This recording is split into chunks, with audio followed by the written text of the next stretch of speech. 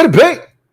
But me, your man, Louie T. Welcome to the Command Post Live. You know what it is. Post up and take command. I, of course, am your set man, Louie T. Thank you for joining me. Day 11 of Commanders training camp ended with a bang. Ron Rivera announced the firing of defensive line coach Sam Mills III. Now, a wise man once told me there's never a wrong time to do the right thing. And for the second time this year, Ron Rivera has done the right thing, probably a little bit later than I would have, but still, nonetheless, it's difficult to make these types of decisions, especially a month out from the start of the regular season. This is something that you probably should have done after the completion of the regular season, not a month before the start of the regular season. But if it's broken, you need to fix it, okay? And so I didn't sleep at a Holiday Inn last night. All right, but I've been talking about defensive line coach Sam Mills III for what feels like an eternity, at least the last year and a half, about how disappointed I've been specifically with the performance of this defensive line. I've called for his job on several occasions. I don't like people getting fired, okay? I see celebrate in the comment section. A man was fired. I don't take joy in someone losing their job. However, this is a business, and it is a bottom line business, and it's about production. And it is a Janet Jackson league. What have you done for me lately? Doop, doop, doop, doop, doop. Ooh, yeah. And Sam Mills ain't done shit. The third. Got to get it right. Sam Mills III ain't done shit for this organization or this defensive line since he got here. And as far as I'm concerned, look, again, I've never coached the defensive line. I can't tell you what the proper techniques are, this, that, and the third, but I can tell you what good football looks like. I can tell you what I would be doing if I could get my hands on these guys, and they would be performing, I feel like, at a much higher level if they were coached properly. And I can't help but think about Warren Sapp coming to OTAs. And I can't help but think, even though Ron tried to dismiss it today, I can't help but think about Warren Sapp being at practice today, and coincidentally enough, Sam Mills III is canned. I got a feeling, and I'm not saying that he did this because of Warren Sapp, but I've got a feeling that Warren Sapp, and we know he's very animated, I bet he went to either Jeff Zgonina, who's the new defensive line coach. We'll talk about him. He had a presser today. We'll talk about practice, day 11 of camp today. We'll talk about that as well. Jeff is his boy, which is why he came out here in the first place. And I bet he went to Jeff, and he probably told Ron the same thing. And you know how Warren is. Eyes get big. You get that big-ass Warren Sapp smile. Jeff, I'm telling you right now, you got some dogs on that defensive line. This shit ain't good enough. Ron, these boys should be eating, Ron. They should be eating good, Ron. Come on now. And Ron's like, you're right. Something's not right here. I've been telling you this for months, for over a year, that Sam Mills III was the problem here. You can't tell me a defensive line stocked and chocked full of first-round picks can't dominate football games and take over games. This group should be taking over football games, destroying the opposition. You know how the media talks about this defensive line? They talk about this defensive line like it's the second coming of Warren Sapp's line combined with the Minnesota Vikings line, the Purple People Eaters, and the Fearsome Foursome with the Rams, and the 85 Bears with all those Hall of Famers on the defensive line, Hampton and Dent and company. They talk about this line like it's that. Yet this line hasn't taken over a football game since week 1 of 2020 when Ron Rivera first got the job. When they sacked Carson Wentz 8 times. This D-line hasn't taken over a game since week 1 of 2020. Ron Rivera's first game here. Everybody likes to talk about how dominant this defensive line is. We haven't seen it. We've seen it in spurts. We've seen it here. We've seen it there. We haven't seen it consistently. I can't help but think it's the coaching. I've said it. And what the icing on the cake, and I hate to keep bringing this up, and it's funny, it's ironic because Ryan Kerrigan's actually at practice. But he's talking about, I show them film of Ryan Kerrigan all the time. Oh, really? Do you? Hey, isn't that cute? But it's wrong. What are you doing?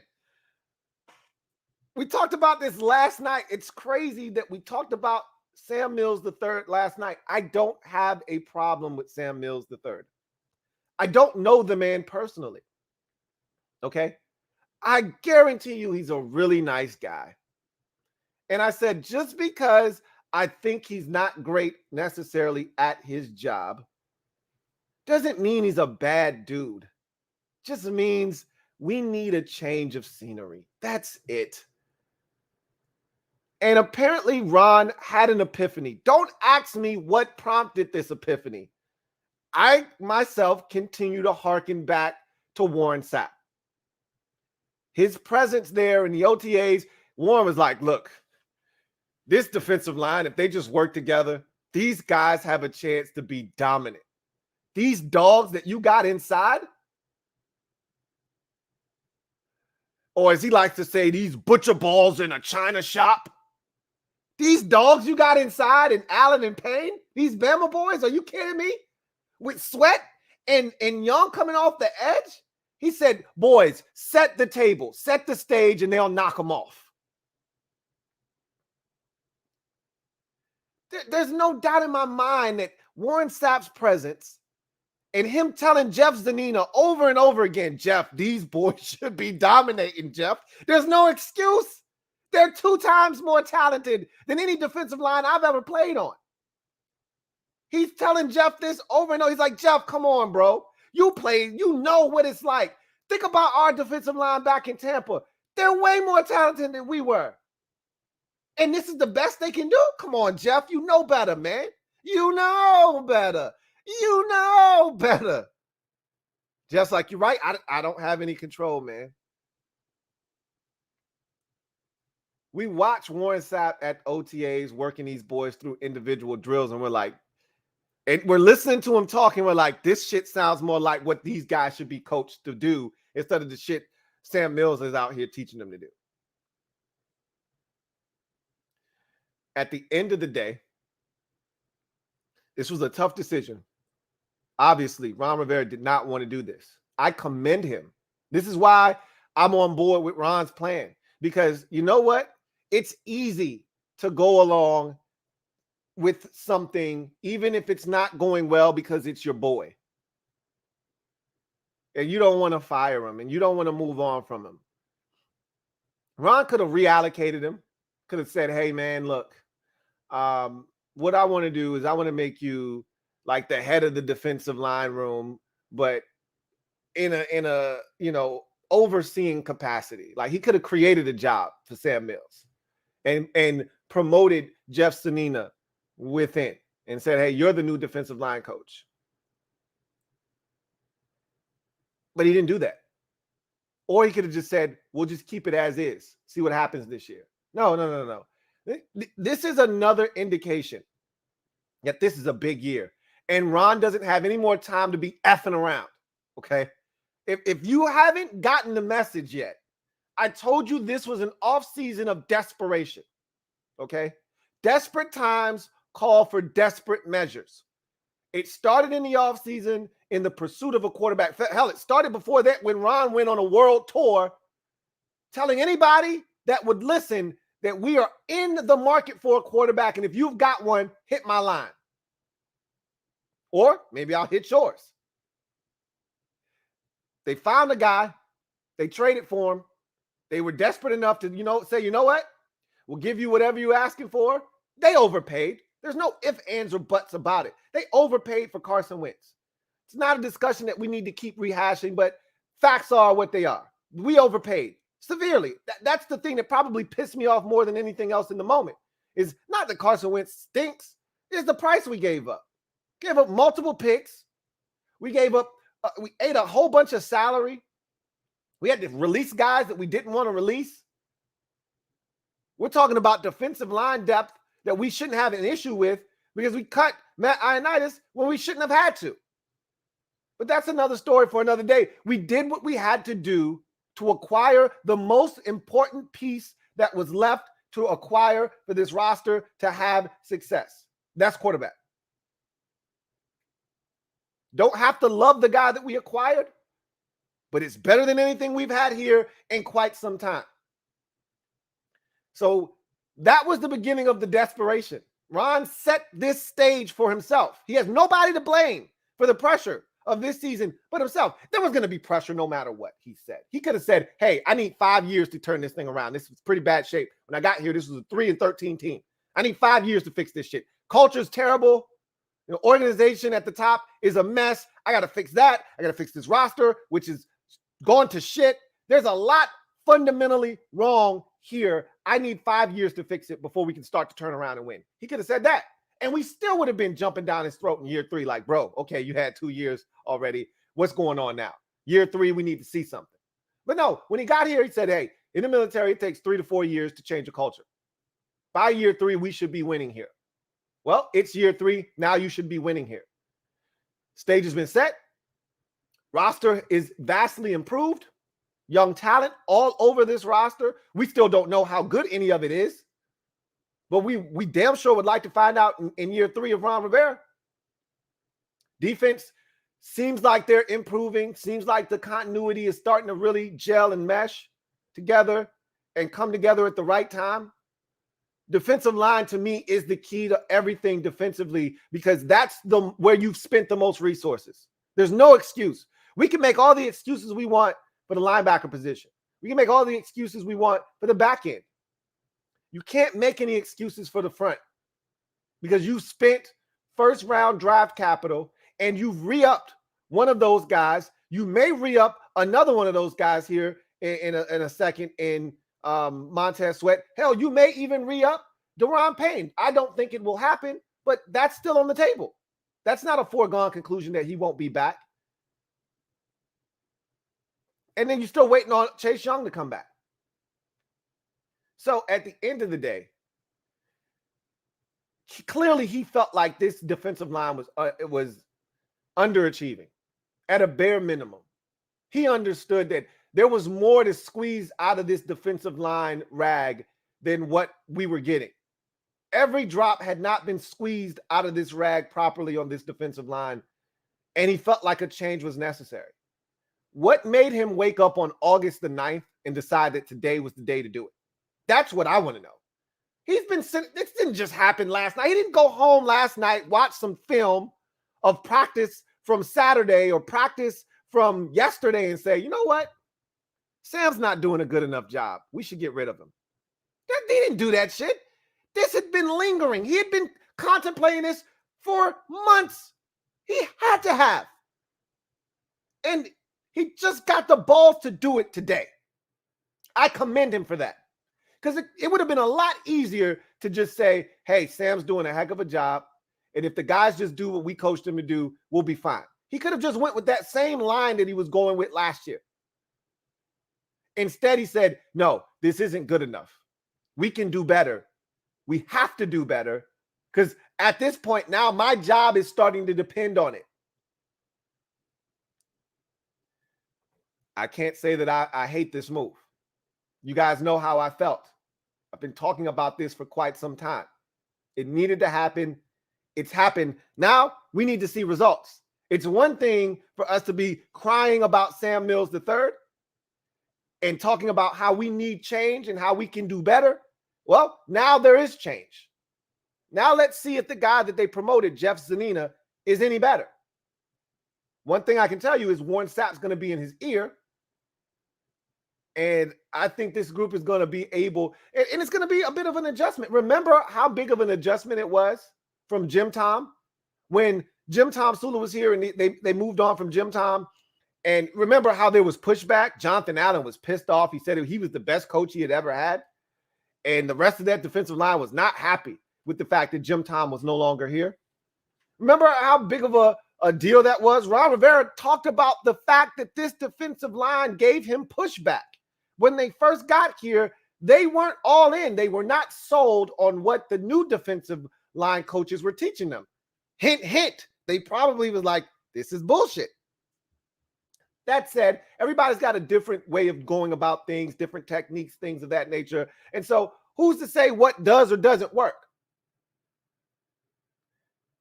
At the end of the day, this was a move that should have happened eons ago, according to me. And again, I didn't sleep at a Holiday Inn last night, okay? But we could all see that this was an underachieving group. And apparently Ron finally agreed with us. And again, you have to give him credit. Even though it took him a lot longer than it would have taken me, Sam Mills III isn't my friend. I didn't grow up with his dad. I haven't known him my entire life like Ron Rivera does. It is a business. But we're humans. I say this all the time. We're humans. These guys are not robots. It's hard when someone is your friend to fire them. But when your job all of a sudden is starting to become in question, now you have to do what you have to do. You become one of these people that go into survival mode. We see it all the time with these coaches. I'm glad this decision was made. I hate the fact that Sam Mills III was fired. You know, I never want to see anybody lose their job, especially if you're a good dude. And by all accounts, he's a good dude. This isn't like when Bruce Allen was fired and we were rejoicing and singing from the rooftops because not only is he a bad dude, he was a terrible team president, one of the worst ever. So you're damn right we wanted him gone. This isn't that. Sam Mills III is probably a very pleasant man. He just wasn't very good at his job.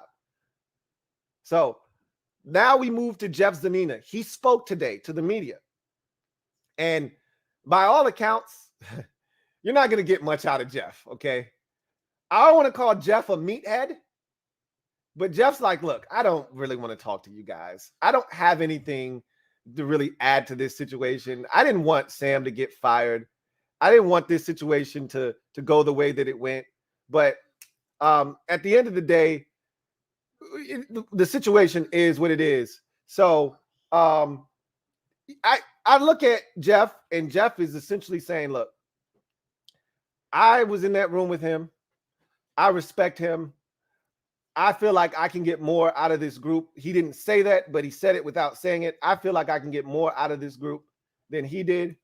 And so what we're going to do is we're going to take the next step to try to get these guys playing at the level that we feel like they're capable of playing, which is going to lead to big things for this organization and hopefully lead to these guys winning a championship, because that's what it's all about at the end of the day. And so we'll see if that's what happens. Jonathan Allen had something to say on the situation. He said, look, I was really starting to, become fond of Sam Mills III. I hate it for him. I hate this part of the business, but it is a business, But, I didn't think he was doing a terrible job. That's your defensive line coach. You're going to go to bat for him. This is the guy you've been around for the last 2.5 years. So, yeah, it stings a bit. And it was out of the blue. It wasn't like it was something that you could see coming. Like, we're a month away from the start of the regular season. There's a preseason game in 5 days.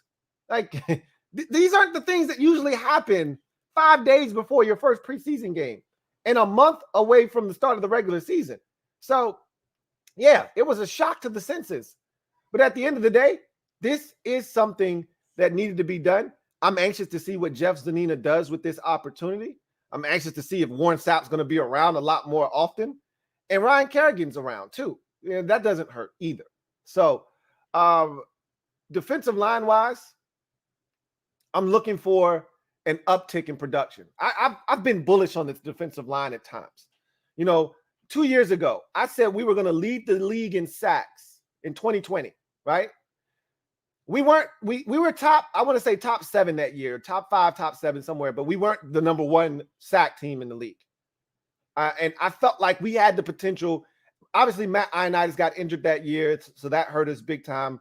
But we still didn't achieve the numbers along the defensive line that I thought we were capable of. Montez Sweat hasn't hit double-digit sacks yet. Chase Young, we saw what happened to him last year as a pass rusher. Jonathan Allen is starting to hit his, and I think that's part of the reason why he was like, damn, I was really starting to get used to Sam Mills. Hell, I almost hit double-digit sacks last year. My arrow is pointing upwards, right? Deron Payne has been really solid. He's gotten better as a pass rusher, but at the end of the day, that's not really what he is. So I look at this move and I say, this is for the best. I think we can now unlock these players and what this defensive line as a cohesive unit could absolutely be. So big move by Ron Rivera. It's tough. You could see that this wore on him. Like, this was a tough decision. His press conference was only 3 minutes and some change today. Like, normally Ron Rivera's press conferences are about 7 minutes long, roughly, after a practice. And, after any kind of game or on the Saturday practice, it's usually around 10 minutes. It was 3 minutes long today, 3 and some change. You could tell this was not, an easy decision.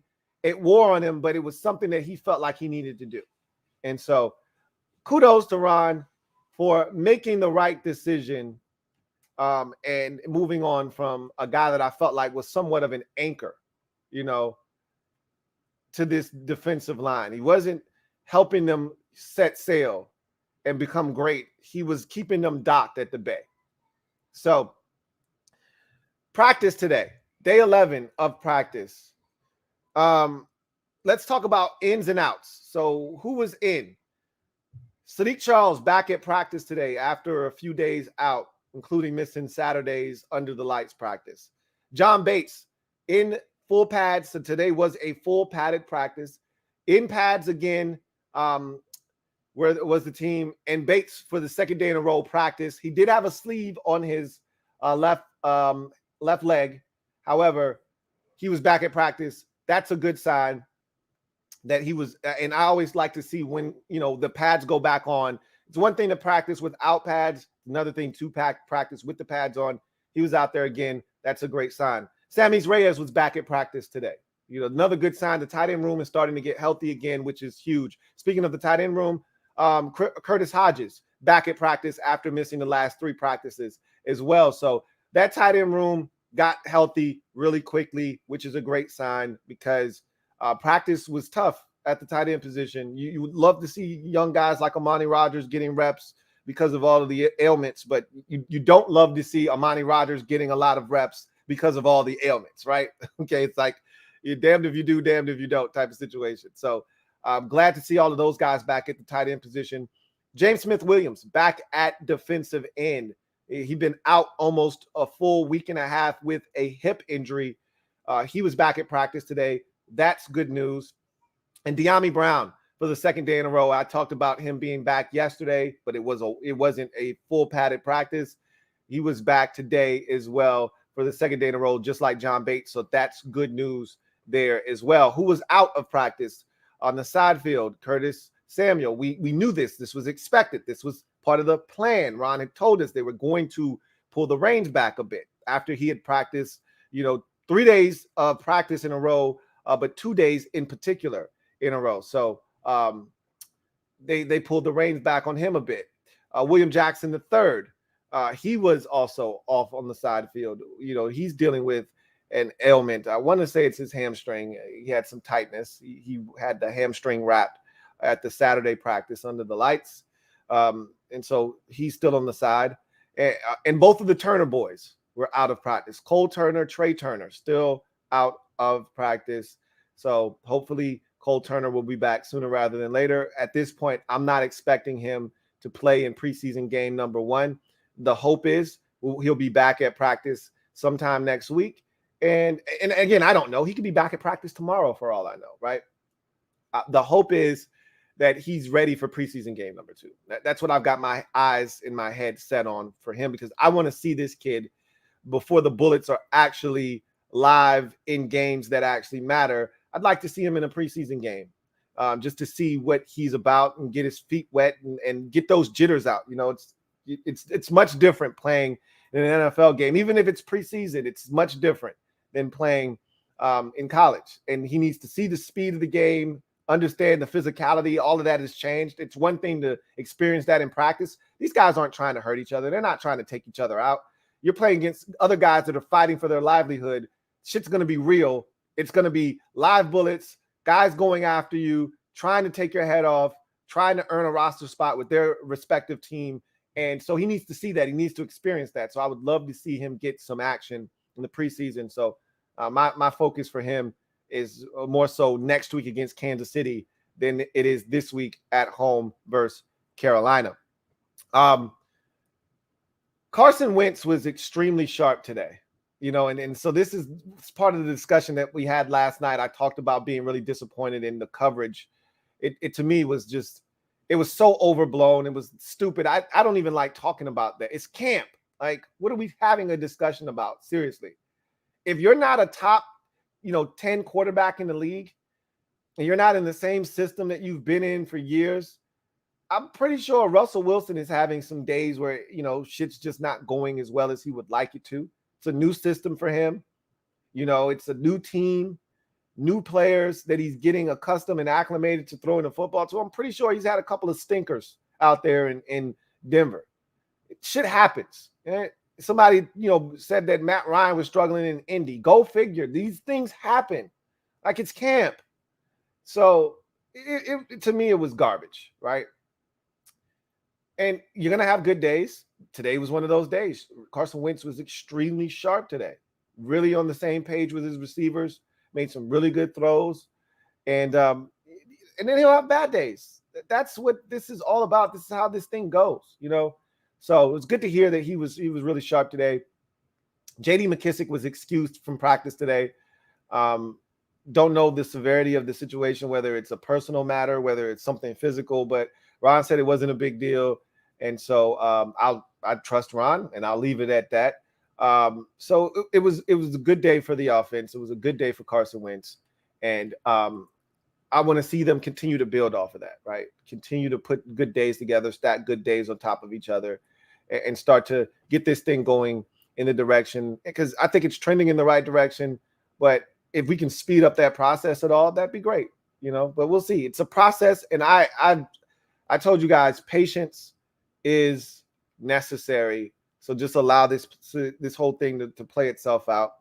Ron had a lot to say. I'll talk about that later. But I want to bring something to the forefront real quick. Roquan Smith is available, potentially. I don't know if the Bears, because Kareem Hunt told the Browns he wants to be traded. They didn't want to give him a new deal. And they said, hey, Kareem, go shut up, get back in the running back line and run the drills. And he's like, no, I want to be traded. And they're like, well, we're not trading you. So again, shut up, get back in line and play football. So Kareem Hunt wants to be traded, but the Browns are like, don't call us. Don't hit our line. We're not trading him. The Bears haven't said anything since Roquan Smith, and he put out a lengthy post. I'm talking about one of those players' Tribune letters that we've seen them write. And it was well, orchestrated. It was eloquently put, well thought out. Obviously, this is a decision that he didn't want to have to make. He wants to be in Chicago. And I've told you guys this, unless something goes terribly wrong, a lot of times it's money-wise, where you feel disrespected as a player. Most players want to be where they were drafted. You don't want to leave. This is home for you. You've created relationships with your teammates. You want to see that team win, and you want to be a part of why they win. You don't want to leave unless something has gone horribly wrong, like the team really stinks and you don't think the direction that they're going in is one that you can see yourself being a part of long term, or they're trying to short you with your funds. And that's the situation with Roquan Smith. This is a guy that is an all-pro linebacker in this league, and he wants to be paid as such. And they've got a new general manager out there in Ryan Poles. Got a new head coach out there in Chicago in Matt Eberflus. And he feels like they're disrespecting him with the amount of money that they've offered him to this point. He's like, and I've been at it with these boys since April. This didn't happen just over the summer, starting in July. We've been at this since April. And they're really trying to play me like I'm some kind of chump. And Roquan hit me, and he was like, bro, my mom ain't no hoe. My daddy ain't no hoe. My sister ain't no hoe. Why you trying to play me like a hoe? Well said. So if that's the case, he wants out, and the Bears are like, well, we ain't giving you what you want. And they're clearly rebuilding in Chicago. They're not going to admit it. No team wants to admit they're rebuilding, but they're going to stink this year, are the Bears. Might as well trade Roquan Smith. Get something for him. If you're not going to pay him, don't be like us, okay? Don't be like the football team when Bruce Allen was here. And don't be like the Redskins when Bruce Allen was here. When you've got a first-round pick on the table for Kirk Cousins, you got a first-round pick on the table for Trent Williams, and because your ego wants to get in the way, you want to win, which you clearly don't want to win because you would have taken that first-round pick for Kirk Cousins. You would have taken that first-round pick that the Browns were offering for Trent Williams. You would have taken those things. Don't be like us and turn down an opportunity to get assets for a guy that you don't see as a part of your long-term future. Clearly you don't with the money that you're offering him. We'll see what the Bears decide to do. My question to you is, are you interested? Are you interested in Roquan Smith? What is Roquan Smith? 26, maybe 27 max? He's young. Prime of his career. He fits the timeline we have here in Washington. What are you willing to part ways with? He's not going to come cheap. It's going to cost you a first-round pick at bare minimum, probably a little bit more than that. You know, he's not Tyreek Hill, so he's not fetching, 5 or 6 draft picks. But one of them is going to be a first-round pick. I can see it being like a 1 and a 3 or something like that, which currently, technically speaking, we don't have a 3.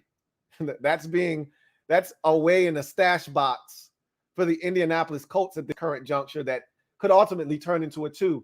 Could you imagine trading for Roquan Smith next year's draft, a 1 and a 3, and not having a first, second, or third round pick in next year's draft?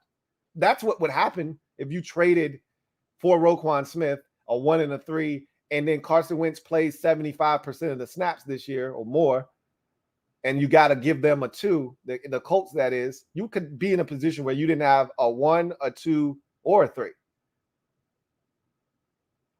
And I don't know, we never get this price stuff right on players. The trade compensation is something that we usually are way off on. I can't speak for y'all. Y'all might be hitting it, right on the head. I'm way off a lot of times on trade compensation. I just know what I would be willing to pay for a guy. What I would have been willing to pay for Carson Wentz, what I would have been willing to pay for Sam Darnold last year, what I would have been willing to pay for Russell Wilson this year, what I would have been willing to pay for Baker Mayfield. Like, I know what I would have been willing to pay, where I would have drawn the line in the sand. I'd give up a 1 and a 3 for Roquan Smith. But remember, this is the thing. You got to pay him. This is the reason why he wants to leave Chicago. He wants to be paid. And so you've got your own issues on your hands, which is why I don't see us being in the running, is because you still got to pay Montez Sweat. You still got to pay Daron Payne if that's something that is on your radar. Maybe it is, maybe it isn't. You still got to pay Chase Young if he is the Chase Young that we've come to know and love, and hope that he, reverts back to his rookie season form and not the guy we saw last year prior to the injury. You still got to do these things. At some point, you got to pay Carson Wentz if he is, in fact, the guy. You got to pay Cole Holcomb. You got to pay Cam Curl. And these guys aren't going to be free, and they're not going to be cheap. These guys want to get paid, and they've been here, and they've put in the work. They've sacrificed. They've done it the right way. So you got to take care of these guys in this locker room. So it's hard to see a guy that wasn't here, that hasn't put in the blood, sweat, and tears here in a burgundy and gold uniform. Watch him come in here, get broken off, and Cole Holcomb still hasn't gotten his bread yet. And Deron Payne is about to be allowed to leave. And Montez Sweat is waiting to get his bread. You see where I'm going with this? So I don't see this happening, but this is the first time, because a lot of times when a guy becomes available or a guy barks, says he wants to be traded, a lot of you are instantly interested. And I'm like, what are you talking? We don't even need that position. What are you doing? Don't send that to me. Okay? Get out of here with that. Every time somebody's available, Washington fans start lining up. Hey, we're interested. This is one of the few times where a guy becomes available and I'm like, yeah, I'm pretty goddamn interested, actually. That's a position of need for us. Now, if you believe in Cole Holcomb, and I do, then this necessarily isn't the move, right? But he's better than Cole Holcomb. There's no ifs, ands, or buts about it. And you could take Cole Holcomb and you give him Jamin Davis's spot. But again, that's the problem with all of this is you drafted Jamin Davis in the first round. You want to see this young man get an opportunity. You bring in a Roquan Smith. I think you take Cole Holcomb and you move him to Jamin Davis's spot. Now Jamin Davis is on the bench. And so now you wasted a first round pick. You're essentially admitting you wasted a first round pick. And now you're taking Cole Holcomb. You're moving him from the spot that he's been training to play all offseason. And you're telling him you're not good enough. It's a ripple effect. And you're going to pay a guy who's coming from the outside in. And there's a guy here waiting to be paid who's done it the right way, who you believe in. And you're taking a rookie or a second-year guy that you spent the first-round pick in, and you're telling him he's not good enough. And you've been building him up all offseason. So I said all of that to say this. It's not going to happen. Here, if Roquan Smith is available, we won't be trading for him. But it sure is nice to dream. Okay?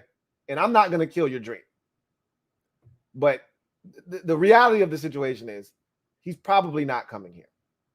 So we'll see what that situation ends up being. But I don't think the happy ever after ending for Washington fans is going to take place. And usually it never does, right? So Ron had some interesting things to say about the first preseason game, what he's looking for, and specifically what positions to watch as they start to try to build this roster and really crystallize, as I've talked about, the back end of the roster. Ron talked about wanting to see physicality and mental sharpness as the two things they're going to be looking for the most. One, they don't want to be bullied. They don't want to be out physical at any point in any game. Doesn't matter who's in the game. That's something that they just won't stand for. It's being punked on the football field. As a fan, if you've been a fan long enough, and it may be different for everyone because points come through the passing game. That's what a wise man once told me. Points come through the passing game.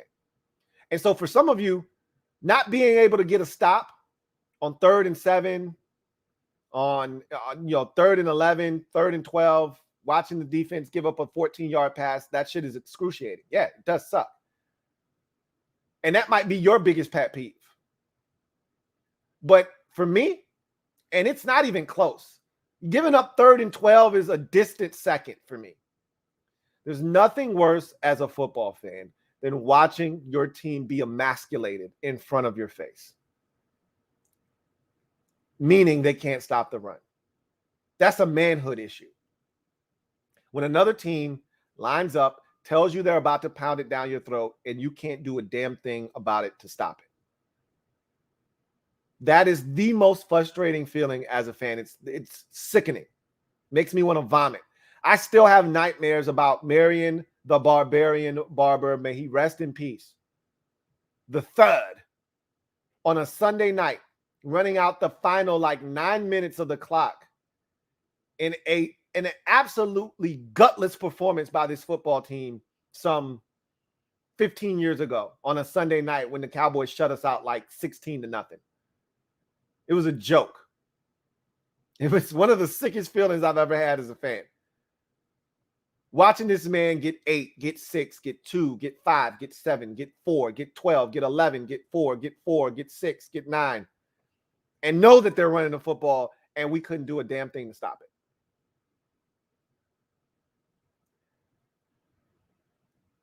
So you don't ever want to be punked on the football field. He's like, we won't stand for being out-physicaled. Another thing is we don't want to see a bunch of mistakes, mental mistakes, shit that you should be able to do correctly, i.e. lining up in the wrong spot. Get the call in the huddle, you run to the line of scrimmage, and the quarterback has to tell you, no, back, other side of the field. You don't want to see too much of that shit. And then 3 seconds later, quarterback has to turn to the referee and go like this. It's a mental mistake. I mean, this is the time to make them, right? But you don't want to see that shit. These are the things we've worked on in camp. You don't want to see guys running the wrong routes. You don't want to see miscommunications on defense, leading to big plays. You don't want to see the mental errors, the unforced mental errors. So he said that's something else they're going to be looking for in these preseason games. Then he talked about positions to watch. And I wasn't sure he was going to give this up. But he was asked specifically about players, and he wasn't going to do that. You never want to let a guy know that you're watching him specifically, okay? You don't want to blow anybody's head up this time of the year, and you don't want to make anybody else feel like they're not doing a good enough job. So instead of him talking about a particular player or two, he just gave us several positions to watch. And I've talked about these positions because if you're following the team as closely as we are, then you know the positions that have some battles at the back end of those particular positions. We've talked about them. There are positions that are essentially set in stone already. Like receiver, we pretty much know the 5 guys that are making the team. And then the 6th spot, they keep saying 5, 6, 7. But 5 is spoken for already, okay? 6 and 7. And the 7 guys aren't making this team, but the 7th guy is important because he'll be the first guy off the bench in case of an emergency. But Ron talked about safety. He's like, man, I really like these young safeties. Watch Percy Butler. Watch Defoe and Derek Forrest. He's like, these are guys that we really, truly believe in. And he also mentioned Jeremy Reeves. He's like, man, we really like our young safeties. I told you, I'm not worried about the safety position. That's why I haven't really brought it up. I talked about the back end of the safety position and, what they're going to do there. But I feel good about safety between Bobby McCain, Cam Curl, Derek Forrest, Percy Butler, and Jeremy Reeves. I feel good about that group. I can't speak for anybody else. I feel good about that group. So he's like, watch these safeties. These young boys are out here flying around. I really like what I'm seeing. He says, look at linebacker. We're searching for depth. Duh. I mean, that goes without saying. He's like, we're searching for depth. We want to see what some of these guys can do. We'll get a look at Nate Gary. I assume that we won't be. He'll have to be running with the 3rd team right now. Like, he just got here. I can't imagine him getting in any earlier than the late 3rd quarter into the 4th quarter of the first preseason game, because he can't know but so much just getting here, and his first practice being Monday. I can't imagine Nathan Gary, being up to speed. And hell, I don't even know if he's in football shape. So, but obviously a lot of the young guys, Rivera's talked about a lot of these young guys, Trey Walker and some of these other young linebackers that they're intrigued by. So we'll see that position. We've talked ad nauseum about linebacker and how we don't love the depth of the position. We don't really know what the depth is because, again, we don't know. There's at least 3 or 4 undrafted guys that are on the roster right now. vying for a roster spot. We have no idea how good these guys are or aren't. So it's impossible for us to say that this guy can or this guy can't do it. And then he talked about the defensive line, in particular, defensive tackle. We've talked about that. I said, look, that fourth defensive tackle, and Ron specifically said, the first three guys, they're awesome. We feel so good about those guys, right? The fourth defensive tackle, however, we have no idea what we're going to do there yet. And we are really, looking at that group. We think it's a really talented position group, right? But we need to figure out who that last guy is going to be, who the missing piece to that puzzle is. We're going to see. And then he threw in as an extra, as a caveat, tight end. Hey, don't sleep on the tight end position. We're deep there. And a lot of these young guys, due to some of the injuries, have gotten opportunities. And it's a very young, deep, and talented group at the tight end position. We're excited about that group. That's another position to watch. I told you guys from Jump Street, I'm probably more excited about watching these young tight ends because I have no idea what to expect, which is why I told you I'm worried about the tight end position to a certain degree. I don't know what to expect, but I want to see these guys because I do recognize that there's talent here, there's athleticism, there's size. I mean, we're huge at the tight end position. Curtis Hodges is 6'8". Logan Thomas is 6'6". Cole Turner is 6'6". These guys are huge. I'm excited to see what these guys can do at that size, moving the way that some of these guys can move. Are you kidding me? Sammy Reyes is 6'5". Like, this is a massive tight end group. So I'm excited to see the growth of a Sammy Reyes. John Bates is 6'4". I'm excited to see John Bates. I'm excited to see Cole Turner, Curtis Hodges, Amani Rodgers. We've heard so much about this guy and his development. He's not making the football team. But that doesn't mean that 2 years from now, he won't be a viable option at the tight end position. I'd like to see if he's even a guy that I'll be even willing to entertain fans asking me about next year. What about Amani Rodgers? Nah. I've seen enough about him now. I'm good. So I'm intrigued. And Ron is telling you, you should be intrigued as well.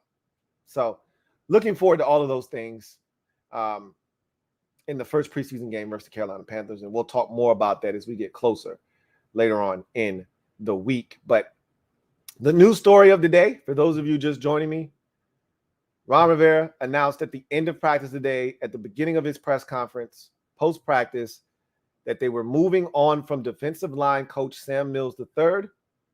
He claimed that the position needed a change. He didn't cite exactly why, but we all know why. This was an underachieving group. He wasn't getting the most out of them. And I think Warren Sapp's presence in OTAs, and today I thought was the final nail in the coffin, was Ron Rivera hearing from a legend of the game, a guy that he definitely respects, in Warren Sapp, telling him, I'm going to tell you right now, this shit isn't good enough, And Warren probably went home, watched some film. Ron probably said, all right, Warren, you're coming back here in August for training camp. What I want you to do between now and then is just, we'll give you some clips to watch. We'll give you some games, some cut-ups. Tell me what you think. Tell me what you see. And let me know what you think needs to be done. And Warren Sapp might have come back. And I don't know. I'm speculating. This is what I do. I draw inferences. You guys know. You already know. This is what I do. And Sapp probably came back and said, all right, coach, I sat down. I broke it down. I'm going to tell you right now. They're being poorly coached. Okay. This group is better than what they're putting on the field. I was out here one day, and I can tell you, you let me get my hands on, you let Jeff get his hands on them full time, these boys will be playing much better ball. And then he probably cited examples of why this just isn't good enough.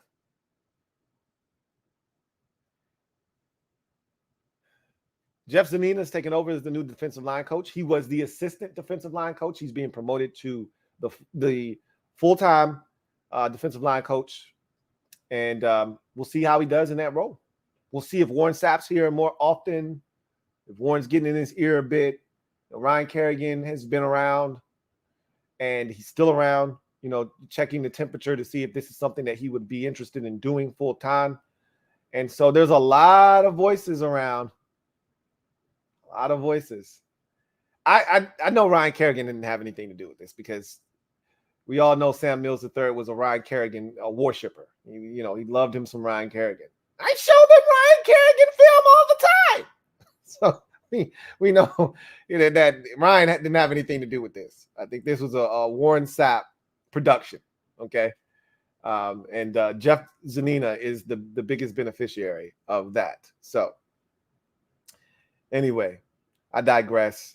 I'll take the super chats and then we will get out of here. I think I got 1 or 2 supers and then we will move on for the day. So I have a super chat here from, got a couple.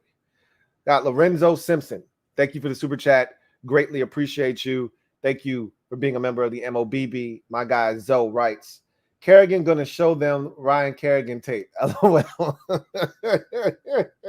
Well, luckily enough for us, Ryan Kerrigan isn't taking over as defensive line coach. So we don't have to worry about. And honestly, Ryan Kerrigan, he is very self-deprecating. I don't think he would show them tape of himself. I don't think that's who he is, right? So I feel confident in saying that, but he's not the new defensive line coach, so we don't have to worry about Ryan Kerrigan showing them his infamous, rip move, his bull rush and rip. Oh, man. Stephen Kinsler, thank you for the super chat. Greatly appreciate you. Stephen writes, think Sapp put a bug in Rivera's ear? You're damn right I do. This, to me, is not coincidental. You can't tell me that Ron just randomly woke up on August the 9th and decided that change was necessary in the defensive line room. I think deep down inside, Ron, in the back of his mind, knew that this line wasn't getting the most out of, what the potential is there. He had to know. I've been bitching and complaining, and I'm not a defensive line coach, but my eyes are trained to watch football. I've been doing it since I was a kid. And you can't tell me that they're getting the most. I've talked about Jack Del Rio, and I've said he's not getting the most out of this defense. But one of the things Del Rio thought he was getting when he got here, he thought he was getting a group that would allow him to not have to blitz. No defensive coordinator wants to blitz. If you can get pressure with just rushing 4, you would much rather do that because it allows you to play with a full complement on the back end. You get to play with 7 defenders on the back end. That is a defensive coordinator's dream. Hell, even better would be able to get pressure with 3, but that's a tough ask because now you got 2 linemen that have absolutely nothing else other to do than to help somebody else that may be getting beat on the play. So 4 guys is what you ultimately want to rush with and hit home. And if you can do that, now you have the maximum amount of guys you can have on the back end stopping the pass. It makes it so much tougher on these quarterbacks. When they look up, they see 7 defenders. That's why it's so tough in the red zone. You're not seeing all-out pressures in the red zone. Why? Because there's not a lot of space to cover. You rush 4, eyes on the quarterback, and you try to close up those holes in the zone, and you make it tough on the quarterback. Jack thought he was getting a defensive line that was already made. Okay. No assembly necessary, batteries included. Ron thought he was and Jack thought he was going to show up and these boys were going to rush and he could just call coverage on the back end. And that wasn't the case. And I think the reason that wasn't the case is because of Sam Mills III. And so, yeah, I do think Sapp came in OTAs. And what did Sapp say? When they put the mic in his face in typical Sapp fashion, he got excited. He was animated. He talked about these boys being a ball of butcher knives in a china shop. He talked about these boys being dogs up front.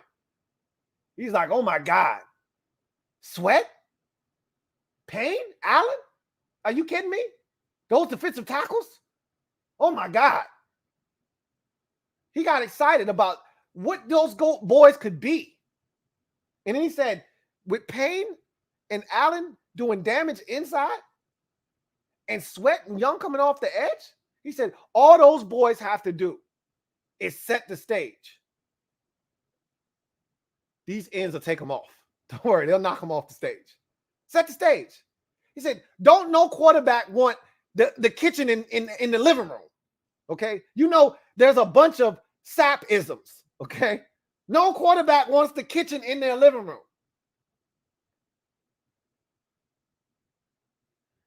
You don't think Rivera heard that?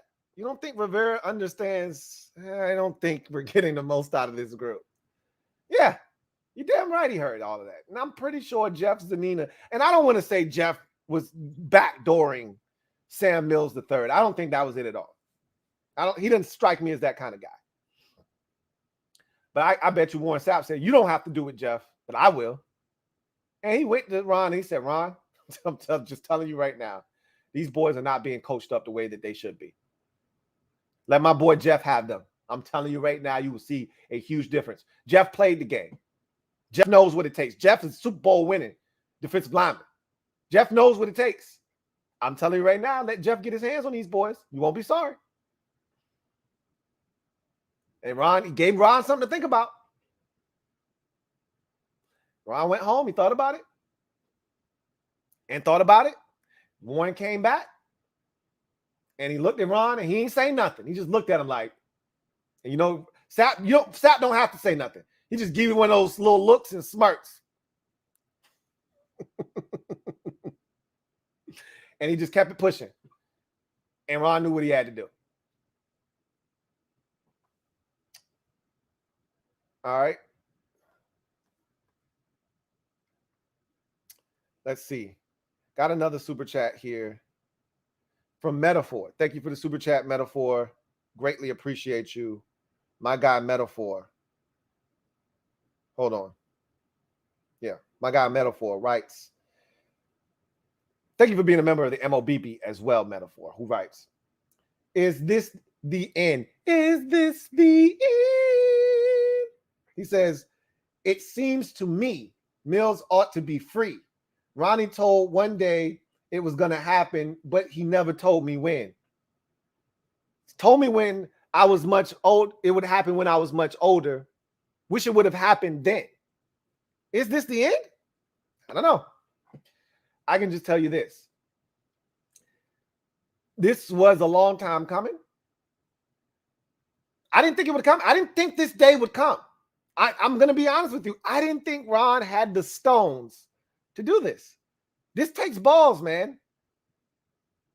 It takes balls to admit, yeah, we didn't get this one right, and it's your boy. That's tough. But again, when it's either me or you, we ain't both going down with this ship. Okay. If you're taking the ship down and if I move you out and then the ship is okay, I gotta remove you. Okay. As I said, he was an anchor. They were trying to set sail and become great, and he's got them anchored at the dock. So Ron did what he had to do. Thank you for the super chat, Metaphor. As always, Metaphor bringing in some new addition. Well, actually, it's usually Jodeci with you. Anyway, Dejan Bell, thank you for the super chat. Greatly appreciate you. My guy Dejan writes, Lou, I was at practice. I almost caught a pass from Wentz in that back right corner. And Markin Michelle needs to make this team. Oh, Wentz airmailed one of them to you, almost. I've heard a lot. I talked about Markin Michelle yesterday and how he's making. Ron actually talked about Markin Michelle.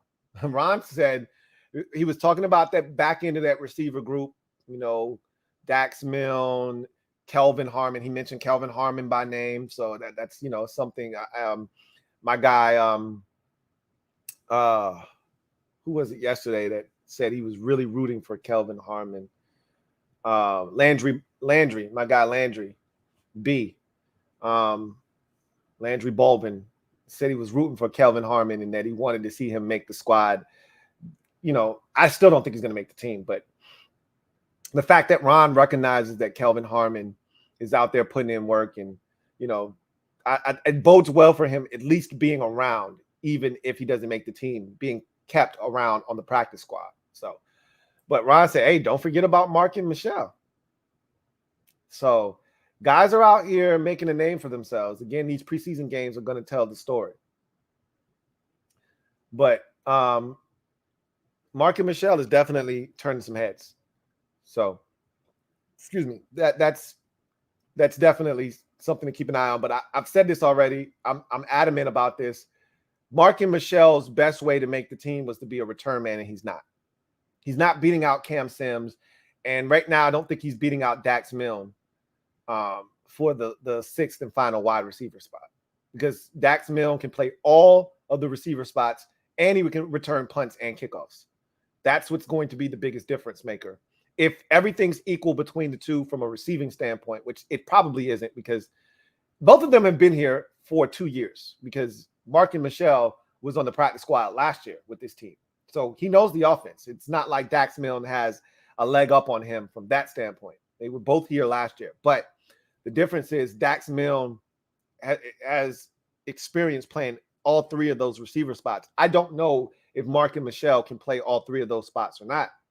And then, as I mentioned, the real difference here, all right, the real kicker is that Dax Milne can return kicks and punts. And that's what's ultimately going to be the difference between those two, if everything is equal as receivers. So we'll see what happens. Tommy T, stand up and welcome to the mob as the newest member. Mob Squad, you know what to do. Welcome Tommy T with open arms. Look forward to chopping it up with you, and you're just in time. I told you that we were going to get that drawing for the preseason tickets underway, and we're going to do that at the end of today's show. So stay tuned for that. But welcome to the mob. You'll be in that drawing now as you're a member of the squad, and look forward to chopping it up with you, Tommy T. Welcome aboard, and you know what it is. Welcome to the squad, Tommy T. Dejan Bell, thank you for the super chat. Greatly appreciate you. Double up. Thank you for doubling up. Dejan Bell writes, Chase signed my Skins jersey. Security can't stop me. Good. I heard Chase was out there signing it up. And this is why he's so revered and so loved amongst this fan base, is because, he doesn't have to do that. He could sign a couple of items and get out of there. And I heard he was there well after practice was over, signing as much stuff as he could. So that's awesome that you were able to get something signed by Chase Young. And it speaks volumes as to what he could ultimately be. He's got to be good on the field, but it speaks volumes as to what he could ultimately be in this organization as a player, man. He could rise to the ranks of, rarefied air in his standing in this community and what he means to the organization if he's what he's supposed to be on the field. And security can't stop you, man. They can't hold you, right? Nah, they can't stop you.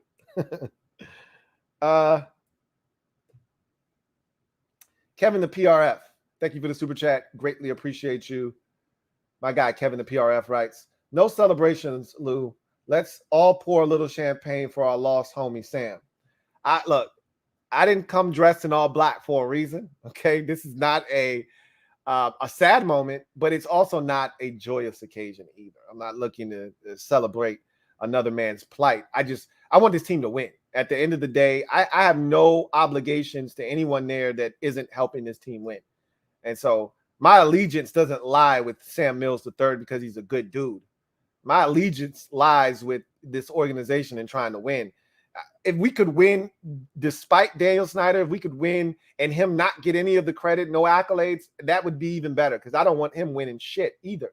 But at the end of the day, we don't have a choice, and I want to win so bad that I'm willing to, bite the bullet and say, look, if Dan's got to be in attendance when we celebrate, and so be it. But I just want to win, damn it.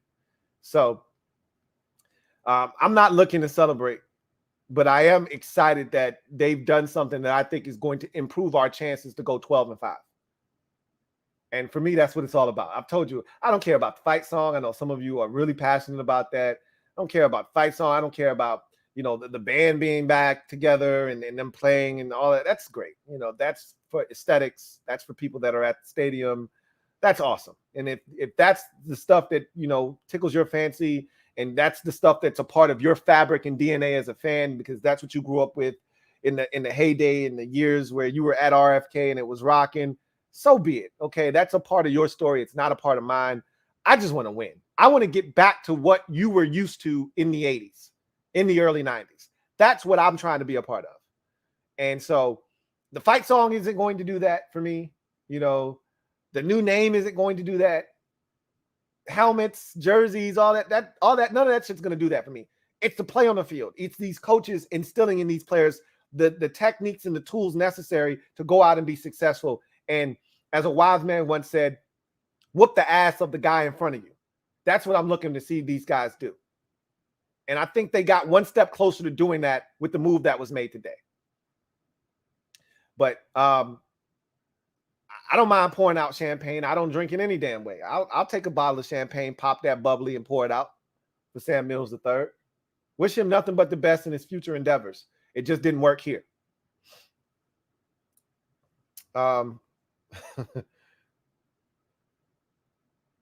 Fat Boy V, thank you for the super chat.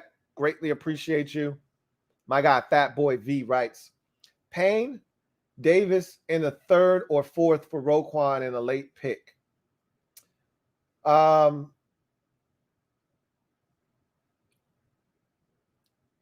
don't think the Bears are going to let Roquan Smith go for players in a mid-round selection. Because one, you're putting them right back in the position that they just got out of. Daron Payne is about to be a free agent, and he's looking to get paid. So why would I trade for a guy that I'm going to have to pay when I didn't want to pay Roquan Smith? And he's an all-pro. If I didn't want to pay him, I'm damn sure not trying to pay Daron Payne. And I'm not going to let him walk if I traded Roquan Smith for him. So I must be interested in re-signing him. So that doesn't make a lot of sense for the Bears. Jamin Davis, who I'm assuming that's the Davis that you're referring to. I mean, that makes sense for them if they're trying to replenish the linebacker position. They just traded a linebacker. I think we've seen that maybe Davis isn't a middle linebacker, which is what Roquan Smith is. So don't know if that makes a ton of sense for them. And then a mid-round selection isn't good enough because, again, I just told you the Bears are rebuilding. If you're rebuilding, and they're not going to admit this, but they're rebuilding. If you're rebuilding, you want assets.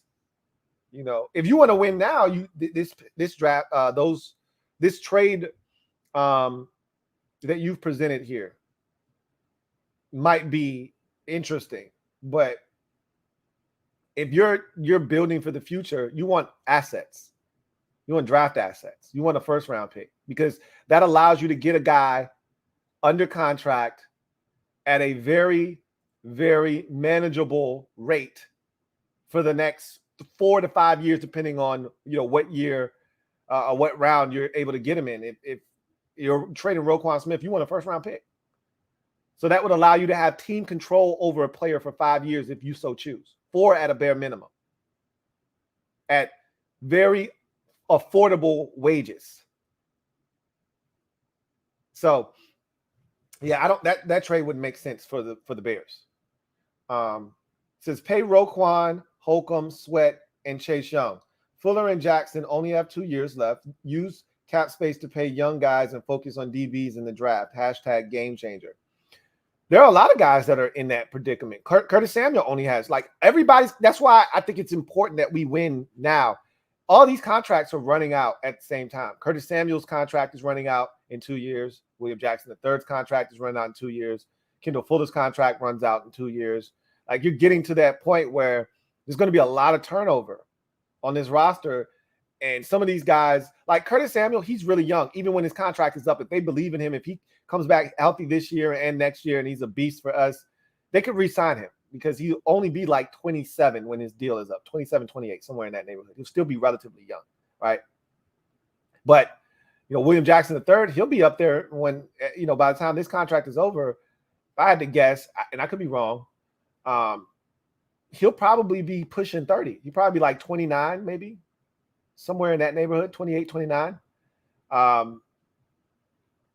Kendall Fuller will definitely be around 30 by that time. And so I don't know what the future holds for the secondary. My brain isn't wired to think that far down the line. I like to live in the present. And so Roquan Smith is very intriguing, but I just don't see a way it happens here in Washington. And it doesn't make sense fiscally for Washington. And it doesn't make sense from a roster building standpoint when you spent the first round pick. It's too early to give up on Jamin Davis. It's too early to give up on him. And if you think Cole Holcomb is the answer, then you have to give him an opportunity to prove that. We got to give Jamin Davis an opportunity to prove that he can't play middle or outside linebacker. And if that's the case, then you try to pawn him off on someone else. So, again, and then you have to pay Roquan Smith if you were to trade for him. That's the biggest part, is not only are you giving up draft capital, but you also have to pay him too. So, and the Bears, if they're going to trade him, and we don't know that the Bears are going to trade him. The Bears could be like, we're not trading him. We're not trading Roquan Smith. But if the Bears are interested in trading him, they're not going to give him away. Not gonna get, and one of the things I always laugh at, like this trade proposal that you have here, this is what fans love to do. Fans are, I'm not guilty of this because I don't make a lot of trade proposals. I tell you, I'm interested in a guy or I'm not, but rarely do I come up with proposals. And if I do, they're realistic ones. You can't just give teams the shit that you don't want. It's not how this works. Right? You don't just give them the stuff that you don't deem to be, usable for you and figure, hey, they might be able to use this. I can't do anything with it. I don't want it anymore. Chances are, if you don't want it anymore, they don't want it either. Now, Payne is different because they would love to have Daron Payne. Especially after, I think they just moved on from Eddie Goldman, if I'm not mistaken. They would love to have, but they don't want to pay Daron Payne. That's the whole point of this problem with Roquan Smith. They don't want to pay him. So, yeah, I don't see that happening. B Harris 757. Thank you for the super chat. Greatly appreciate you. B Harris 757, who writes, "What up, Lou? What's up, B Harris? Your boy Sam Mills got fired on his day off. LOL. He went to the Hall of Fame for his pops. They had practice without him and told him don't come back." I thought about that this morning. So how I found out Sam Mills got canned, right? I'm taking a nap. You guys were live with me last night.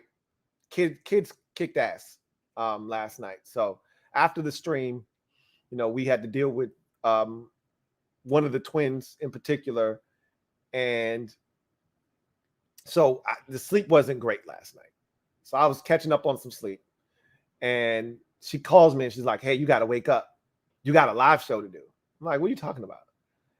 And I'm fearing the worst when she said that. Because I'm like, why would I have a live show to do on a Tuesday afternoon after a practice? That can't be good. Unless you're about to tell me Dan Snyder is about to be forced out as owner of the Washington Commanders, what could be that important? She's like, "Sam Mills III just got fired." I'm like, "No, he didn't. Stop." She's like, "Yes, he did." So I pull up my phone. I'm looking for it. I can't find it. But that doesn't mean it's not true. She's all over this stuff. So I'm like, all right. I'm like, my alarm is going to go off at 12. It was 11:30 when she called me. I'm like, my alarm is going to go off at 12. I'll get up at 12 and I'll do it. So I get up at 12 and first thing I see on my phone is, in fact, Sam Mills III has been fired.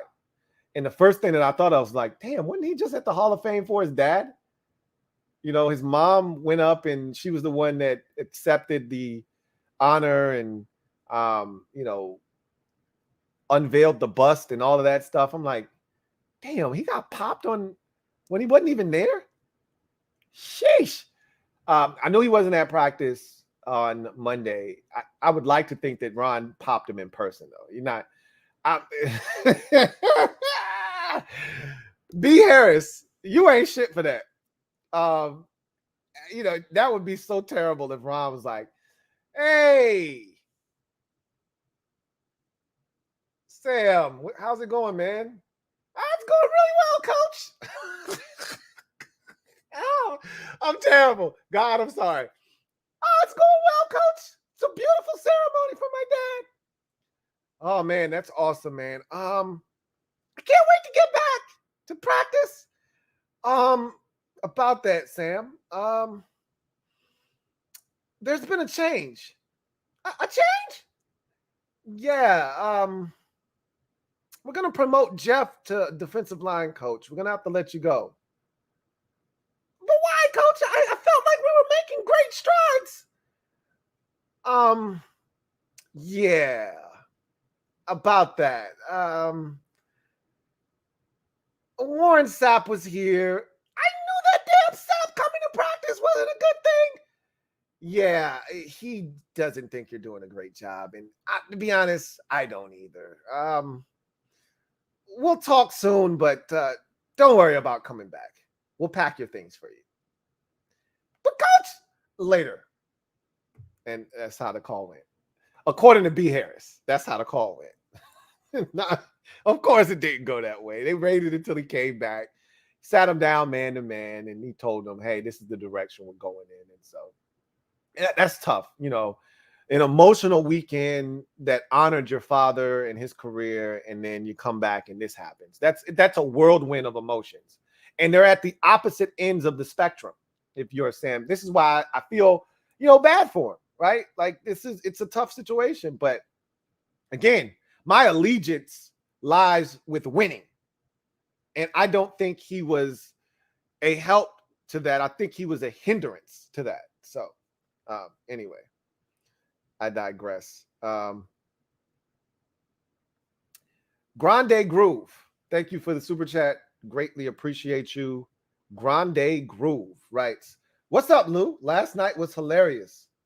Mize Tank. Miyaze Tank. I don't know what that is. But yeah. I wish I could add more to that, but I have no idea what you are referring to there. Anyway, thank you for the super chat. Greatly appreciate you. Twin D, thank you for the super chat. Greatly appreciate you. Thank you for being a member of the MOBB. Twin D, I got to say, man, your Mets destroyed my boys this weekend. I was talking to my buddy, and he's a Braves fan too, and I don't know if we're going to catch y'all, man. I mean, that was a pretty disheartening series. I'm going to be honest. A 5-game set, and you took 4 out of 5, and now your lead is up to 6.5. That was pretty disheartening. And we, for whatever reason, we can't hit your pitching. I don't know what it is right now, but still a lot of baseball left to be played, but you're kicking our ass. I know that much. Anyway. Like the great scene from the Avengers between Tony Stark and Loki, LT states, we have an army, the Braves, and Twin D responds, we have a Hulk, the Grom. His ass had a damn perfect game going into the 6th inning. I mean, and he just got back. I'm going to tell you this. I told my buddy, I said, I hated the fact that you were able to build momentum in the series early against lesser pitchers. Ian Anderson had been struggling. That was the only game we actually won, and he couldn't even hold up his end of the bargain. We ended up having to bring the bullpen in to stop the bleeding that he was trying to create. Ronald had to rob a home run. Michael Harris had to throw a guy out at the plate. So Ian Anderson was doing his best to try to give it up. And you guys got to get after some of the back end of our rotation, which is why we made some of the trades that we made. It's not the best. I feel like if we would have been able to give you our best, Spencer Strider and why am I blanking on his name? Max Fried. If we were able to give you those guys in the first 2 games of the series, I think it would have been a different series. But by the time they came, the last 2 games of the series, you were already kicking our ass. So it's like you already had all the confidence and momentum. Had we taken the first 2 out of the 3 games of the series, maybe those last couple of games go differently. But you'd already stamped you'd already made an impression on the series. And by the time you got to our aces, we weren't the same team mentally. You really took it to us. I got to give you guys credit. I'm not giving up though. But damn it, we got close, and then you gave us a mean Derrick Henry stiff arm. So we're back at square one now. Steven Kinsler, thank you for the super chat. Greatly appreciate you. Double up. Thank you for doubling up. Steven Kinsler, who writes, laughing my ass off. Give us the sap look to Rivera again. I don't even know what I did. Okay. I think I did something like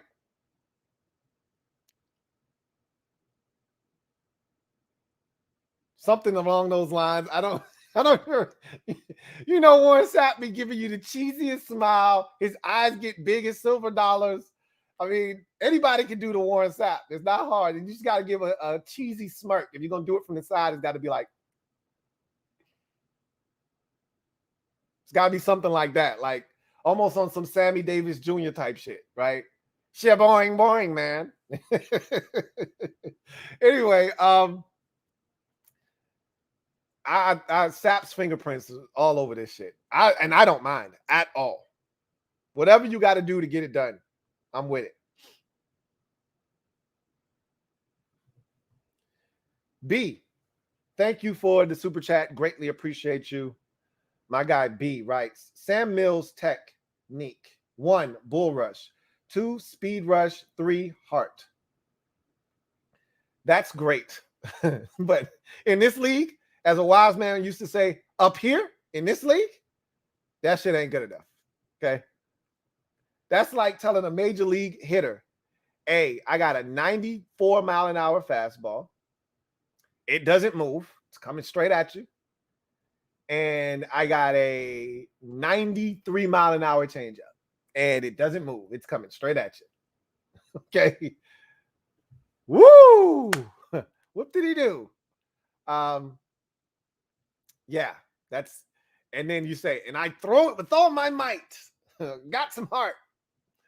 Great. And I'm going to turn that bitch around just as fast as you can throw it. That was always the problem with me with Sam Mills. There was no, it seemed like no skill involved with what they were doing. There was just, hey, run up the field as fast as you can and then fall back underneath and stay in your rush lane. But these guys, we didn't draft them in the 4th and 5th round. That's what you do to Casey Toohill. That's what you tell Casey Toohill. That's what you tell a 7th rounder in James Smith-Williams. Okay? That's what you tell a 7th rounder in Casey Toohill. Hey, rush as hard as you can up the field and then fall back underneath and stay in your rush lane. When you spend a 1st round pick on a guy like Montez Sweat, when you spend a 1st round pick on a guy like Chase Young, you teach these guys the nuances of how to win and beat a guy one-on-one. You're telling him to get in his bag. Like, bro, you're talented enough to cross the dude up. Hard outside, back inside. Swim to finish him, get to the quarterback. Flatten. Turn the corner. You can't turn the corner, spin off of his ass. These guys are afraid of your speed. So when you get up the field, they open that gate, spin back inside. We're not hands. We should be doing hands drills. Hands. Like, to me, 2/3 of winning in pass rushing is hand usage. It's such a big part of winning as a rusher. And our guys don't use their hands. They want to get in the chest. of the tackle, which is cool. But you know what is even more effective? Because that tackle wants to get into your body. You know what's even more effective than you getting into their body first? You slapping their damn hands down. Now they're off balance. Now you're past them and they can't recover. Anyway. Thank you for the super chat, B. Dynamic Dave. Thank you for the super chat. Greatly appreciate you, my guy, Dynamic Dave. I love the name. Right? Louie, feels weird to listen to your show during work time. Football gods gifted us most ideal schedule, having tough teams, Vikings and Packers at home. I don't necessarily know. No, I'm not going to say that. Yeah, I feel that way too. I feel like, you know, there were a couple of games where I'm like, man, and we got them at home. That's a benefit, you know. There are a couple of games I wish they were in at FedEx, and like I would swap out, like, say, Jacksonville for Indy in terms of home versus away. Like, I don't mind going to Jacksonville. Hell, I think we might have more fans at Jacksonville than we might at FedEx Field. Who's to say? Either way, I wouldn't have minded going to Jacksonville versus going to Indy. I would have much rather us play the Colts at FedEx. But we got to go to Indy. That's not going to be an ideal situation for Carson Wentz. But again, mental toughness will be on full display. And it'll be a great precursor to the trip to Philly on a Monday night, a few weeks later. Like, that'll be a great audition for him to see how he'll be able to handle, because that will be mild compared to what Philly would be, you know, 3 weeks later on a Monday night, or I think it's 2 weeks later on a Monday night. That's going to be mild compared to what you're going to get at Philadelphia, but he needs to be mentally prepared for what's to come. So, yeah, I know it is weird doing a live stream. I mean, I do live streams during the day all the time, podcast wise, but it's usually a little bit later on in the afternoon / evening. But yeah, it's crazy. Easy does it. Thank you for the super chat. Greatly appreciate you. Easy does it writes, some of these super chats and Lou are straight comedy. They are, aren't they? I mean, we had a guy last night. He changed his name, and I got to think it was somebody that's a veteran of the show that's been here, and they just changing their name and doing crazy stuff. But somebody's name last night was My Ass Stank. Like, what am I supposed to do when I'm getting super chats from My Ass Stank? I can't with some of y'all, man. I cannot.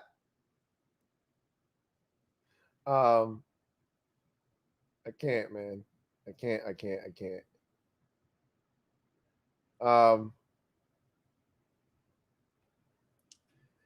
Dejan Bell, thank you for the super chat. Greatly appreciate you. My guy Dejan writes, how about my Padres getting Soto?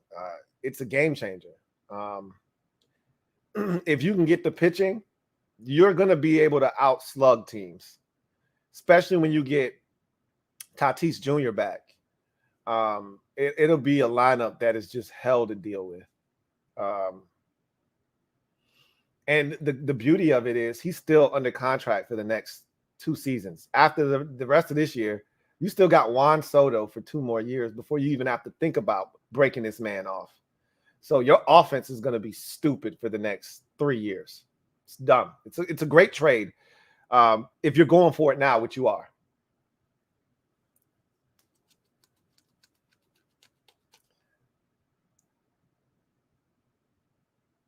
Grande Groove, thank you for the super chat. Double up. Oh,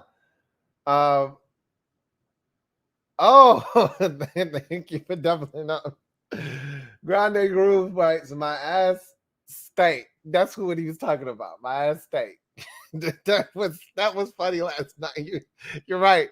I didn't know that's what you were referring to when you when you typed what you typed. But I got it now. I can't with some of y'all, man. I really seriously cannot, man. I can't.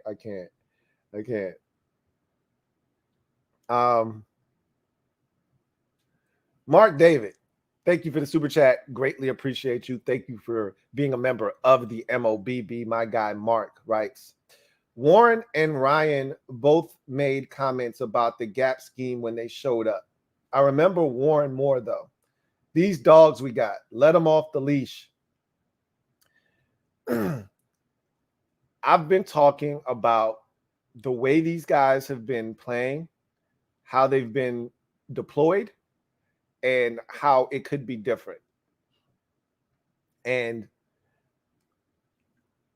we've talked about the one gap penetrators, which is what these guys are made to be, which is what Warren Sapp is referring to. And honestly, for the most part, since Ron has gotten here, he's wanted them to be one gap penetrators, but he's also wanted them to be gap sound. And they haven't always been gap sound, right? But Ron and Jack's theory has been music to our ears when they first got here, because before they got here, we were playing a two-gap scheme, where you're asking guys to when you're playing a 3-4 defensive scheme, you're two-gapping. You're asking guys to cover the gap that they're in, the gap next to them, right? And so where they are in the gap on either side, they got to be able. I don't know if you guys saw the clip of Aaron Donald. He calls it a scoop technique, right? Where he literally had the guy at practice, his teammate, by the throat. And he's keeping him at bay. And he's keeping this arm free so that if the running back tries to cut it back, he'll push off of that guy and he'll be there to make the tackle. If the guy tries to run at him, he's ready. I got this arm keeping the guy at bay, and I got the other arm ready to just engulf him. So he's like, ain't no running in my area when I use the scoop technique. And so he's two-gapping, essentially. He's special enough to two-gap and still make plays because he's different. Nobody else is built like Aaron Donald, ever, in the league, okay? He's a one-of-a-kind. He's a one-of-one. Our guys aren't built like that. They're not special enough to two-gap and still make impactful plays. If they're two-gapping, they're essentially allowing the linebackers to go run free. And that's cool when you've got Ray Lewis behind you, or you've got Darius Leonard behind you, or you got some kind of a stud linebacker behind you. That's not what we've had in Washington. So why are you wasting these defensive linemen two-gapping? But that's not what Jack and Ron have been asking these guys to do. Their mantra was, we stop the run on the way to the quarterback. That was like music to my ears. That was like Patty Mayonnaise and Doug Funny seeing Patty Mayonnaise in his head. When I heard him say that, go get the quarterback. That's what I've always been about. Go get the quarterback. And on the way to the quarterback, tackle the running back. So it was less of two-gapping, more of one-gapping, but they've got the ability to really get up the field. To me, too many damn twists and stunts and all of this bullshit. Guys running sideways. Let them go up the field, man. Let them go win. I think there's a lot of nuances to what they're being asked to do. But I think from a technical aspect, I don't think they were being coached well enough. I don't think they were used well enough, because I think there are things that you can do to put these guys in better positions to succeed. And so I think it starts at Sam Mills III, but I don't think it ends there. But if you want more out of the defensive line, it starts with the defensive line coach. But I want more out of this defense as a whole. And that's the responsibility of Jack Del Rio. So it doesn't end here for me. I need Del Rio to get the most out of this entire defense. But the most talented group that we have of the defense individually is the defensive line. And so you should be getting more out of them than any other group that we have. And that hasn't necessarily always been the case. We got dogs. Let them off the leash.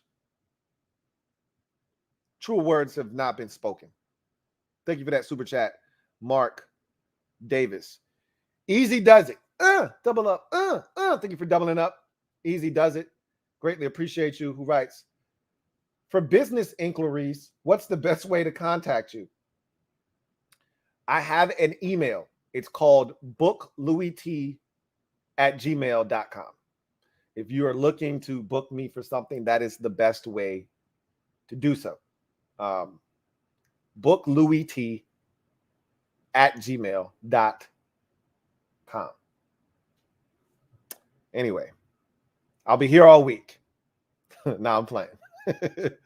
1/6 Devil Doc. Thank you for the super chat. Greatly appreciate you. My guy, 1/6 Devil Doc. Thank you for being a member of the MOBB. Shout out to your wife. As always, 1/6 Devil Doc writes, final 53, 26 on offense, 24 on defense. I see 4 tight ends on O. I haven't sat down and mapped out the breakdown. I think last year it was 25-25-3, I think. It might have been 26-24. I got to look back at my notes. I still have the roster from last year, or at least my projections, and then what they ultimately decided to do. I could go find an article. Let's see if we can find an article real quick. See. Washington football team final 53-man roster 2021. And let's see what it looks like. 26 on offense, 24 on defense. All right. They kept 7 receivers last year. So so it actually could happen again. Like I keep saying that they're not keeping 6 or 7, they're keeping 6. I keep forgetting they kept Dax Milne last year. He did make the football team. So they kept 7 receivers last year. 2, 4, 6, 7 receivers last year. They kept 4 tight ends last year. You guys keep reminding me that because I keep thinking they kept 3 tight ends. They kept 4 because they kept Samis Reyes on the roster as well. And 1, 2, 3, 4, 5, 6, 7, 8, 9. See, that's where they cut a corner last year. They only kept 9 offensive linemen. Usually they keep 10. They kept 9 last year because they cut David Sharp, who was one of the backup tackles, who I thought was going to make the team. He did not. So that's an interesting mix.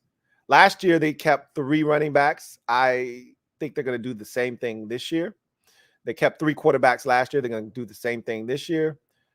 Interesting to see if they keep 7 receivers. If they do, that opens up a window for a guy like Markin Michelle. So we'll see about that. And then the tight end position is interesting too, because they may be able to keep 4 again. And that, I think that also is going to be reliant upon how many offensive linemen. I think they have to keep an extra offensive with all the injuries that we've had, and you know, some of the depth issues that we've had in camp. I think you have to keep 10. You know, now the beauty of it is the tackle position. I think is going to look exactly the same. It's really just the interior that we've had issues because you got Leno from last year, Cosme from last year, and Lucas from last year. And those 3 guys are back. So the other 6 guys that made the team were from the interior. No more Flowers, no more Sheriff, obviously, but Roulier is back. Schweitzer is going to be here. Tyler Larson is still on the mend from the injury. So they didn't keep Keith Ishmael, but he made the practice squad, and we ultimately brought him up. Same with John Toth. You know, it'll be interesting to see what they do on the line. If they keep 9 again, then I think the window is open for 4 tight ends and 7 wide receivers again. If they keep 10 offensive linemen, then I think they end up trimming off the fat at receiver. And again, you might have to keep 4 just because Logan Thomas isn't ready. If Logan's ready, I think they keep 4 tight ends. I think they keep 4 tight ends. And so I think they trim off the fatted receiver, honestly. Anyway, 24 defensive players, 4 defensive tackles. They're going to do that again. They did that last year. 4 defensive ends. 5, defensive ends last year. I think they're going to do Chase Young, Montez Sweat, James Smith-Williams, Shaka Toney, Casey Toohill. Every single one of those guys, I think, can make the team again. But then you have to factor in F.A. Obata, who is going to make this football team. Do you take out Shaka Toney? I think they really like Shaka Toney, and they love him on special teams. I think Shaka Toney's making this football team again. We know Casey Toohill and James Smith-Williams, Chase Young, and Montez Sweat are all making the team. Could you keep 6 defensive ends? I don't know. Let's look at the rest of the breakdown from last year to see where you would have to take a guy away from. They only kept 4 linebackers last year. Remember how we talked about that ad nauseum? They only kept 4 linebackers. Oh, my God. They ultimately ended up having David Mayo on the roster. So that was a 5th guy. But it was Jamin Davis, Cole Holcomb, John Bostic, Khaleke Hudson. So they cut a corner at linebacker because usually you like to keep 5, maybe even 6, depending on the roster construction. But they only kept 4 last year. Corner, they kept 6 corners last year. Troy Apke doesn't count. So he does, but he doesn't. They kept 5 true corners. Torrey McTyer and Darryl Roberts were the other 2 corners that they kept. And that's going to be Danny Johnson and I think Corn Elder are going to be those 2 guys that replace Darryl Roberts and Torrey McTyer. And then Troy Apke will round out that group. And safety, they kept 5 safeties last year. Landon Collins, Bobby McCain, Cam Curl, Derek Forrest, DeShazer Everett. Well, obviously, there's no more DeShazer Everett and there's no more Landon Collins. But Bobby McCain, Cam Curl, and Derek Forrest are all making the team. We know that Percy Butler's making the football team. That's 4.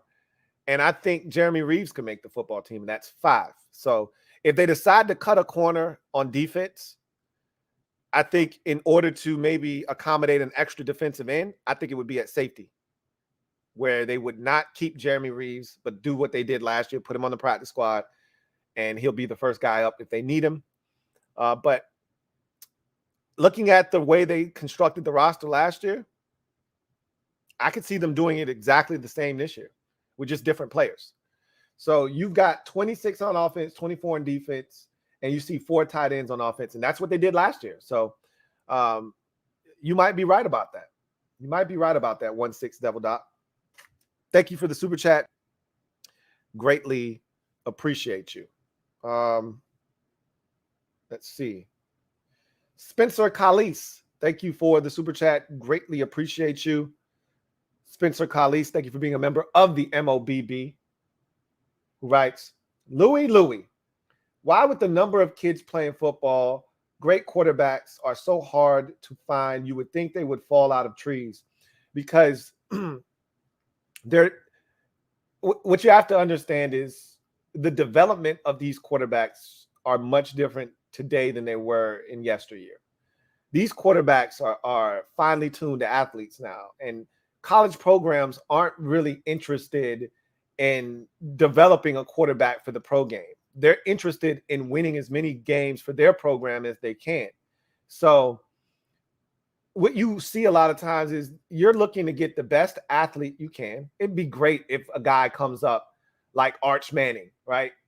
Who his uncle is Peyton Manning, and the lineage is there, and he's getting all of the tutelage you could ever get at the quarterback position. And so he's probably a solid athlete, better than his uncles were, but also at the same time, he is a tremendous passer of the football. That's what you want, right?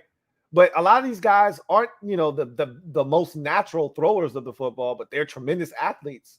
And so there's so much you can do with them at the collegiate game. You put so much stress on a college defense, really any defense, but particularly in college, because the athletes aren't as great in college. Like that guy on the defensive end, that guy at defensive end, he's not running a 4.5 in college most weeks. You'll get some of these guys that are, but most of these guys aren't running. These are 4.7, 4.8 guys. They're not as athletically gifted. You get a Lamar Jackson.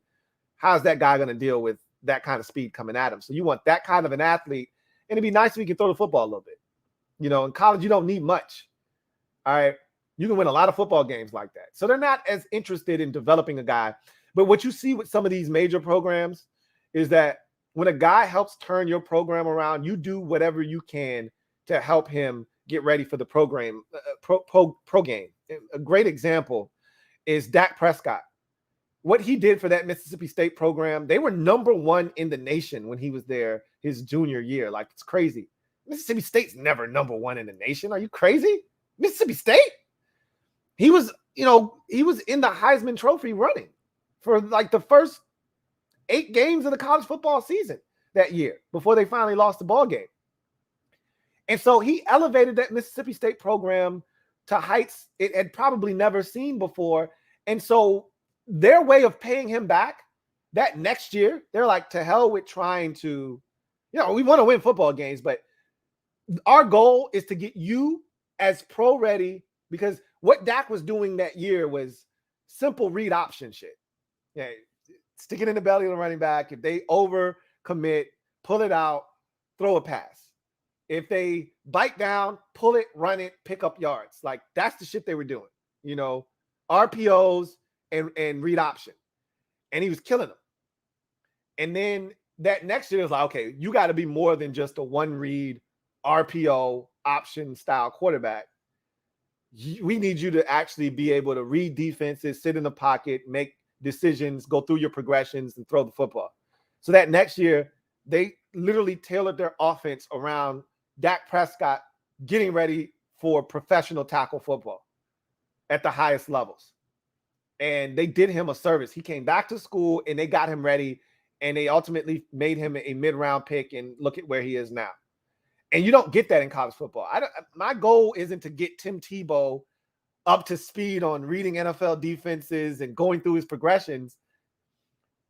Urban Meyer's goal was to win as many national championships with Tim Tebow running the football and throwing pop passes and doing the things that Tim Tebow did to become a legendary college football player. He'll figure it out at the pros when he gets there. That's not my job. My job is to win national championships for the Florida Gators. And that's what you see a lot of times with these programs. Now, you get some of these guys that they're talented and they just need the right tutelage at the next level. But how many Ohio State quarterbacks have we seen? These guys are talented. They're not good enough when they get to the pro game. So I think a lot of it, is that these programs have an agenda.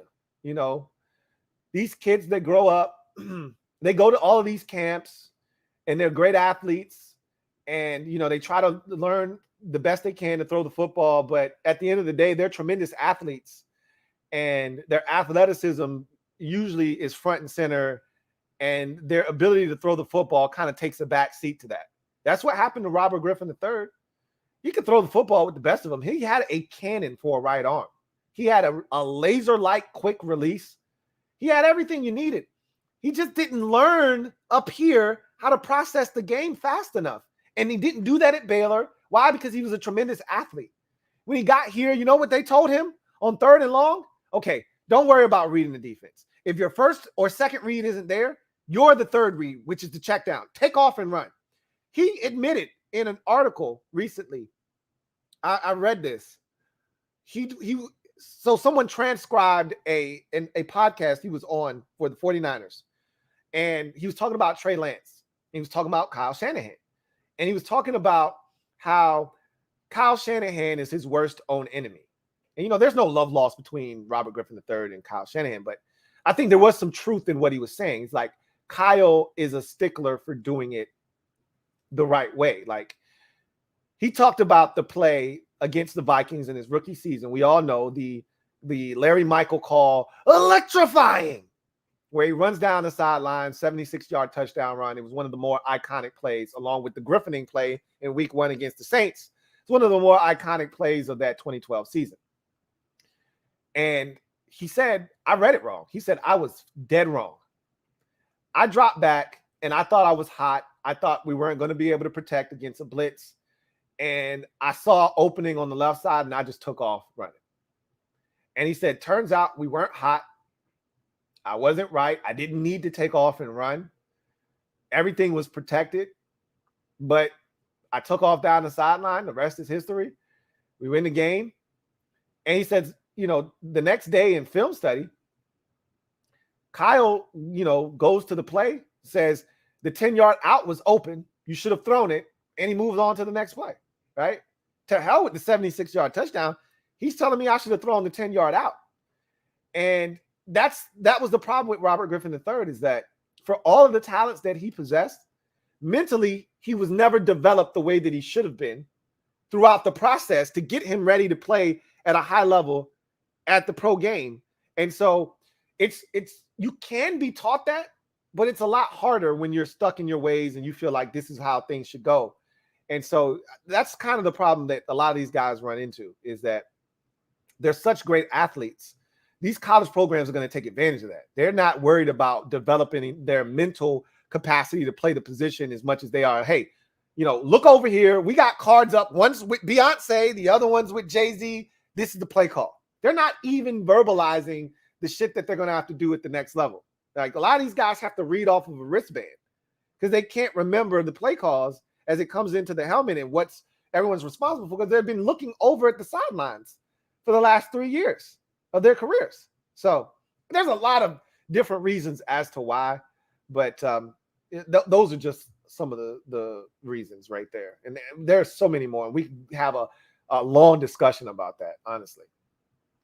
Anyway, I digress.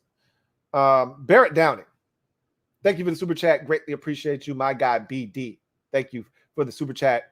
And thank you for being a member of the MOBB. My guy, Barrett Downing, writes, yo, Lou, I need merch. What's up?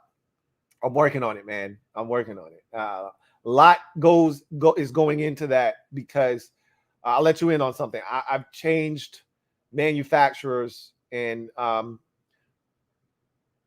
so I got a lot going on in terms of how things are going to get done. I'm changing the way everything is formatted. So used to be able to go through a different site to get my merch. Now you got to come through my site, LouieTeeNetwork.net. So because of that, I got a lot of changes to make. So it's not as easy. It's a lot more complex than it was in the past. But trust me, I'm working on it. I got a ton of merch. I'm ready to drop on y'all. But all in due time. It's coming. Trust me. Mutib Khan, thank you for the super chat. Greatly appreciate you. Mutib Khan writes, could Kerrigan be our new assistant D-line coach? Maybe. Again, he's got to decide if this is what he wants to do. But he's hanging around for now just to kind of see, like I said, dip his toe in the water, kind of test the waters, so to speak, to see if this is something that it's a grind. Being a coach is a grind. He just stepped away from the game. And this is why Ron Rivera is like, I don't want you to rush into making a decision, because you just stepped away from the game. You probably need time to, spend with your family, assess the situation, make sure that you want to be away from your family. Because this is, it might be even worse than being a player, because players get to go home at, 7 o'clock at night after practice is over and all the film study and stuff. You get to go home. Coaches have to grind. There are nights where you may not go home. Don't wait up for me, babe. I'm not coming home tonight. Or if I come home, it's going to be pretty late at night. And so it's a grind being a coach. Is this what you really want to do? Kerrigan's got really small children. He may want to enjoy their development right now. And then maybe a year or two from now, after he spent some time at home with the wife and the kids, and they're tired of him being at home, maybe he can then come back out. But who knows? We'll see. That's kind of why he's testing the waters right now. Twin D, thank you for the super chat. Greatly appreciate you. Double up. Thank you for doubling up, Twin D, who writes, given what you just said about college QBs being ready for the pros, is there a program you'd recommend sending a kid to ready him for the pros? I mean, honestly, I think if you've got, and it's tough because you got to have the financial means. I mean, none of this shit is cheap, free to come by, right? And if you can't hire, you're not supposed to be hiring, an agent. But with these new NIL deals, you can make money now while you're in college. And now you can afford to go and hire one of these coaches, one of these Tom Houses, or, go out there and work with Jordan Palmer, or one of these guys that has been known to help groom NFL quarterbacks. And so you can get with one of these QB gurus. I can't remember the guy that worked with Dwayne Haskins, but guys like him that have made their name and cut their teeth in this league as guys that get these players and these quarterbacks ready for the pro game. I think that's what you would have to do with your young prospect as he's playing college football. It's a lot because they've got their own system that he's working on. But in the offseason, while you're not ingrained in a college football season and everything that's going on, that's when you would take him to one of these QB gurus and have him working on the fundamentals of the game, footwork, torque, all the things that you need to have from a mechanical standpoint. And then you would have him also working on the mental aspect of the game, sitting down, watching film, going through progressions, throwing the football, getting different looks, understanding on the chalkboard, hey, if you get this look, what should be your first read? That sort of thing, to really prepare them for the next level. Because as I mentioned, a lot of these programs, some of them are NFL type offenses that do get you prepared for the next level, but a lot of them aren't. A lot of them are these wide open offenses, a lot of RPOs, a lot of read option, using your athleticism. You're the check down after the first two reads. You're only reading half of the field. There's a lot of that going on because you want to simplify the game for your athletically gifted quarterback to allow him to be the best version of himself. And, that while that's fine and dandy and that's going to help you go 11-2, that's not helping him prepare for the NFL, So a guy like, I give you a great example, a guy like Kenny Pickett, who stayed at Pitt, him staying at Pitt, he could have come out last year. He would not have been a first round pick, but he could have come out last year. He would have been a second round pick, more likely than not. But him going back to school, playing in a pro style offense, making pro style reads, really helped him take his game to the next level. I saw Kenny Pickett in a much different light this past year than I did in years previous. So that experience, coupled with playing in an offense that allowed him to get ready for the pros, made him a first-round pick, the only first-round pick quarterback in this past year's draft. And again, you don't get that a lot of times with these guys. So I would say that the best, advice would be to seek outside, help, tutelage for your young quarterback. It's cool to put them in all of these passing camps and things of that nature. And the more of those you get them in, the more they're around their peers, the better it makes them, the more competitive it makes them. But also, they need that one-on-one time. I need to focus on you, particularly as a passer, and what you do well, what you don't do well. Let's hone in on some of the things you need to improve upon, whether that's footwork, whether that's technique, whether that's, shoulders, whether that's getting torque into your throws to get the most zip out of your passes, or if that's mentally processing the game at a much more rapid speed. I think that's where those, guys come into play, and some of them are more focused on the physical side of things. Like Tom House is more of a physical guy. He does work on the mental aspect, but he's more of a physical guy from a therapy standpoint. And then you've got other guys that are, more of the mechanics, mental side of the game, that sort of thing. And you can go to those guys as well. You know what I'm saying?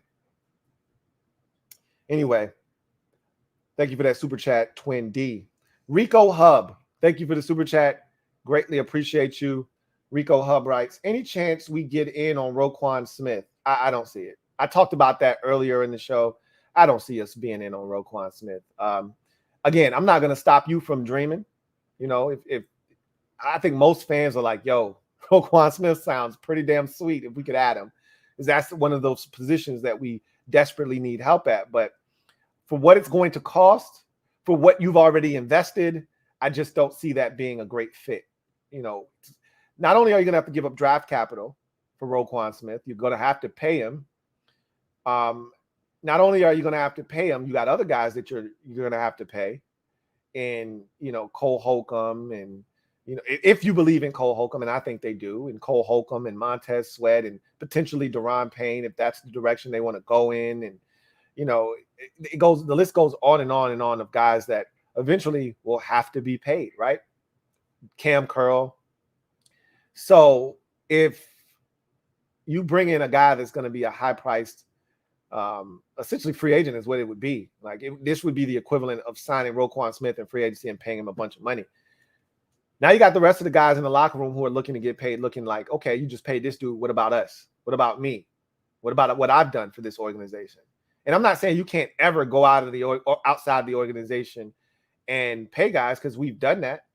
But there's a pecking order to this. I explained this when we signed Curtis Samuel. I'm like, you can't go out here and sign Kenny Golladay, because then Terry's going to be looking like, hey, you just paid Kenny Golladay $18 million per year. I need mine. And he got his, and he would have gotten more than Kenny Golladay, but still, that's the pressure you don't want to put on yourself, right? So the way I see it, there's a draft compensation issue. There's a financial issue, financial compensation issue. And then there's also the investment that you've made in Cole Holcomb as the middle linebacker, the investment you've made in Jamin Davis as a first-round pick at the linebacker position. If you trade for Roquan Smith, it alters all of their roles. So now, and I know a lot of you like, I don't give a shit about that. I don't care about that. Getting Roquan Smith gets us closer to 12-5. You're right. But, there's also this thing about, we talked about the culture you're building and the continuity. You bust some of that up if the guy that's been training to be your middle linebacker all offseason and is prepared to prove to you that he can do it is then thrusted from that role. Because if you trade Roquan Smith, he's your starting middle linebacker, okay? And then now Cole Holcomb goes outside, and now you're telling Jamin Davis, you got to go to the bench, bro. And we invested a first-round pick. We still love you. We still believe in you, but you got to go to the bench. That's tough. I mean, and that's not the ideal way to go about roster building, So I look at it like KD, like the Phoenix Suns, I don't think they're winning the championship. Like their window of opportunity, I think, is shut. They had an opportunity 2 years ago, and they let the Milwaukee Bucks win 4 straight after getting a 2-0 lead. But you couldn't afford to trade for KD. Why? Because it was going to force you to gut your team to get him. And now it would have been KD, Devin Booker, and an old-ass Chris Paul, more likely than not, trying to win a championship with none of the role players. No Cam Johnson, no Mikal Bridges, none of the guys that you need if you're going to try to win a championship. All those guys would have been shipped off in that deal. They would have had to, just to make the money work. Trading for Roquan Smith isn't going to necessarily do that to our roster, but it goes against everything you've done from a roster building standpoint. So I don't see them trading for Roquan Smith. It sounds good in theory. We need a linebacker. He would be a great fit here. Age-wise, he fits in the demographic, in the time frame that we're working with. I can't see him being a good fit for what we're trying to build and how we're trying to build it. So I don't see it happening. Eddie Behringer, thank you for the super chat. Greatly appreciate you, my guy, Eddie B. Thank you for being a member of the MOBB, who writes, Lou, what's up, Eddie B? Says, I've been working, but I stay watching, bro. I greatly appreciate it. I know you're grinding. You're working on an album over there. I know what it is about. Single release date, 8/19. I can't wait. Bart Scott, can't wait. Says, I'm hype, but sipping slow. Hope we surprise the league and not ourselves. That's the goal. I wouldn't be shocked at 12-5. I predicted it. I wouldn't be shocked at 11-6. I told you that's the sweet spot. Everybody else would be surprised. If we do the opposite, then we'd be shocking ourselves, or I'd be shocking myself, because I know a lot of you out there are like, I expect 8 to 10 wins. That I told you, anything less than 10 would be disappointing for me. Like, I won't accept 9 and 8. I can't accept that with a straight face and feel good about it this year. Not with all the changes that we've made, but we know the quarterback position is really what holds the key to everything. But not with all the changes that we've made to the roster, not with the schedule being what it is, not with the way everything's set up for us to succeed. I can't accept 9 and 8 and feel good about that. It's got to be 10 wins or more. It's got to be 10 or better for me to feel like this was a win of the season.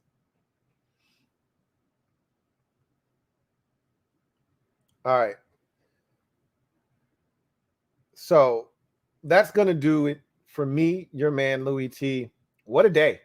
And you know what? It's been an interesting number of days here with this team, starting with the Saturday practice and then all the roster moves and transactions that were made and, till today and the, firing of defensive line coach Sam Mills III and the promotion of Jeff Zgonina to defensive line coach.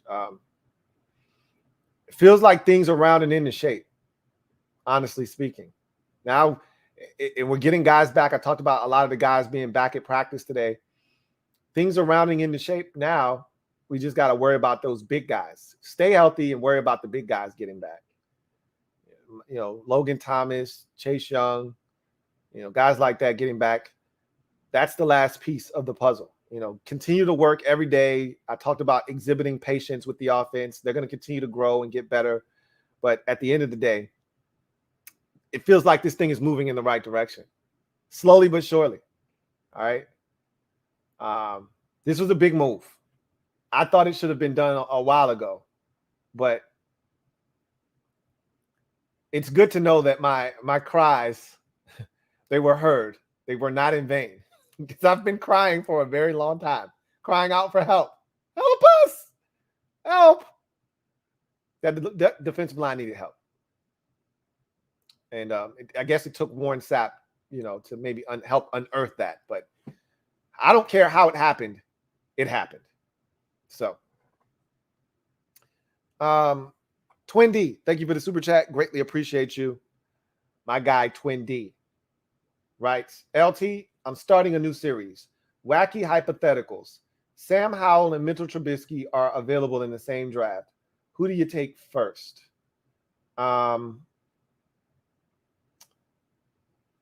I probably... So Mitchell Trubisky from a quarterback profile, physical attributes.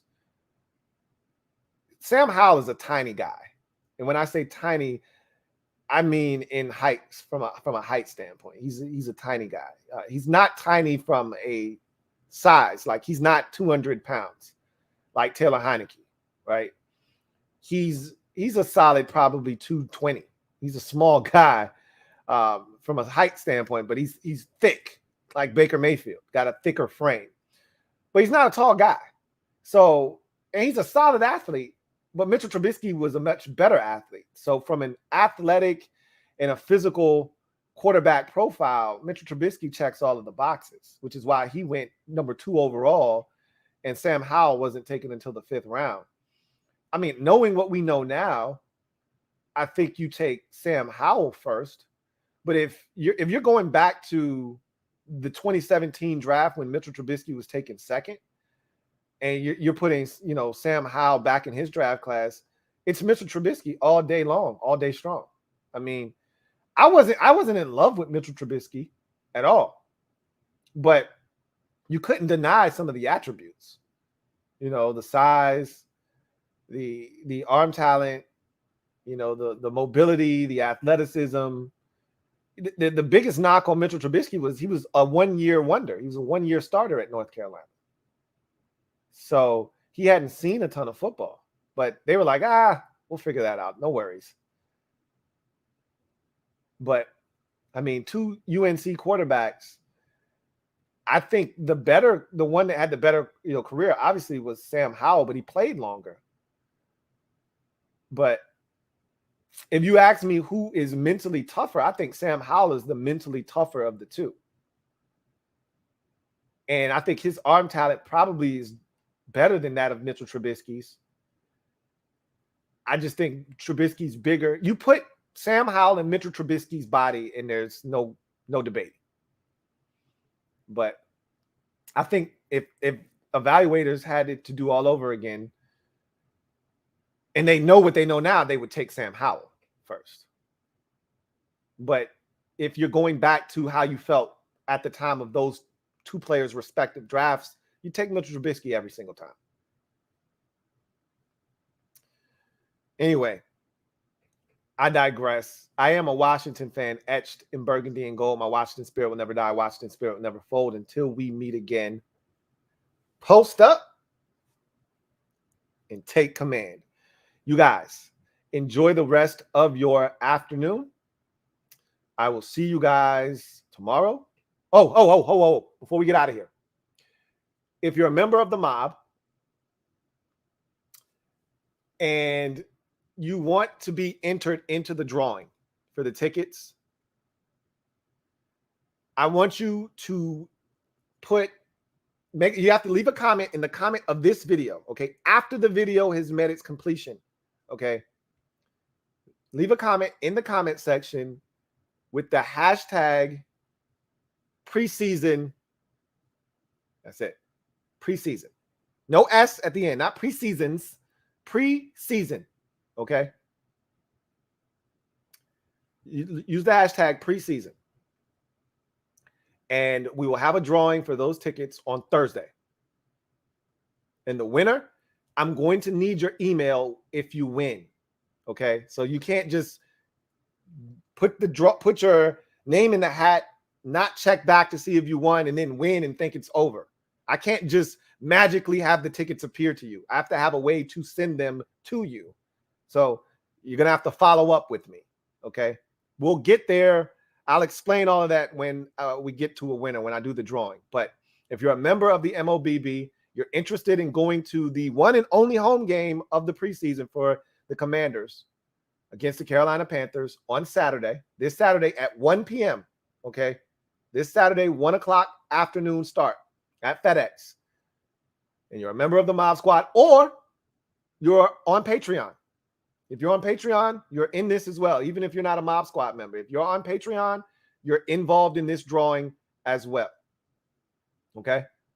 So, and I will do all of my homework prior to, the drawing. I will check to make sure every person that is involved is a member of the mob or in Patreon. And so, no funny business, okay? No funny business. But in any event, hashtag preseason if you want to be entered into the drawing to win 2 tickets to the preseason game. So, with that said, you guys take care. And I will see you guys tomorrow. And then Thursday, we'll be live again Friday afternoon, similar to this time slot. We will be live again previewing the first preseason game. Bart Scott. Can't wait. Until then, you guys take care. And as always, God bless and good afternoon.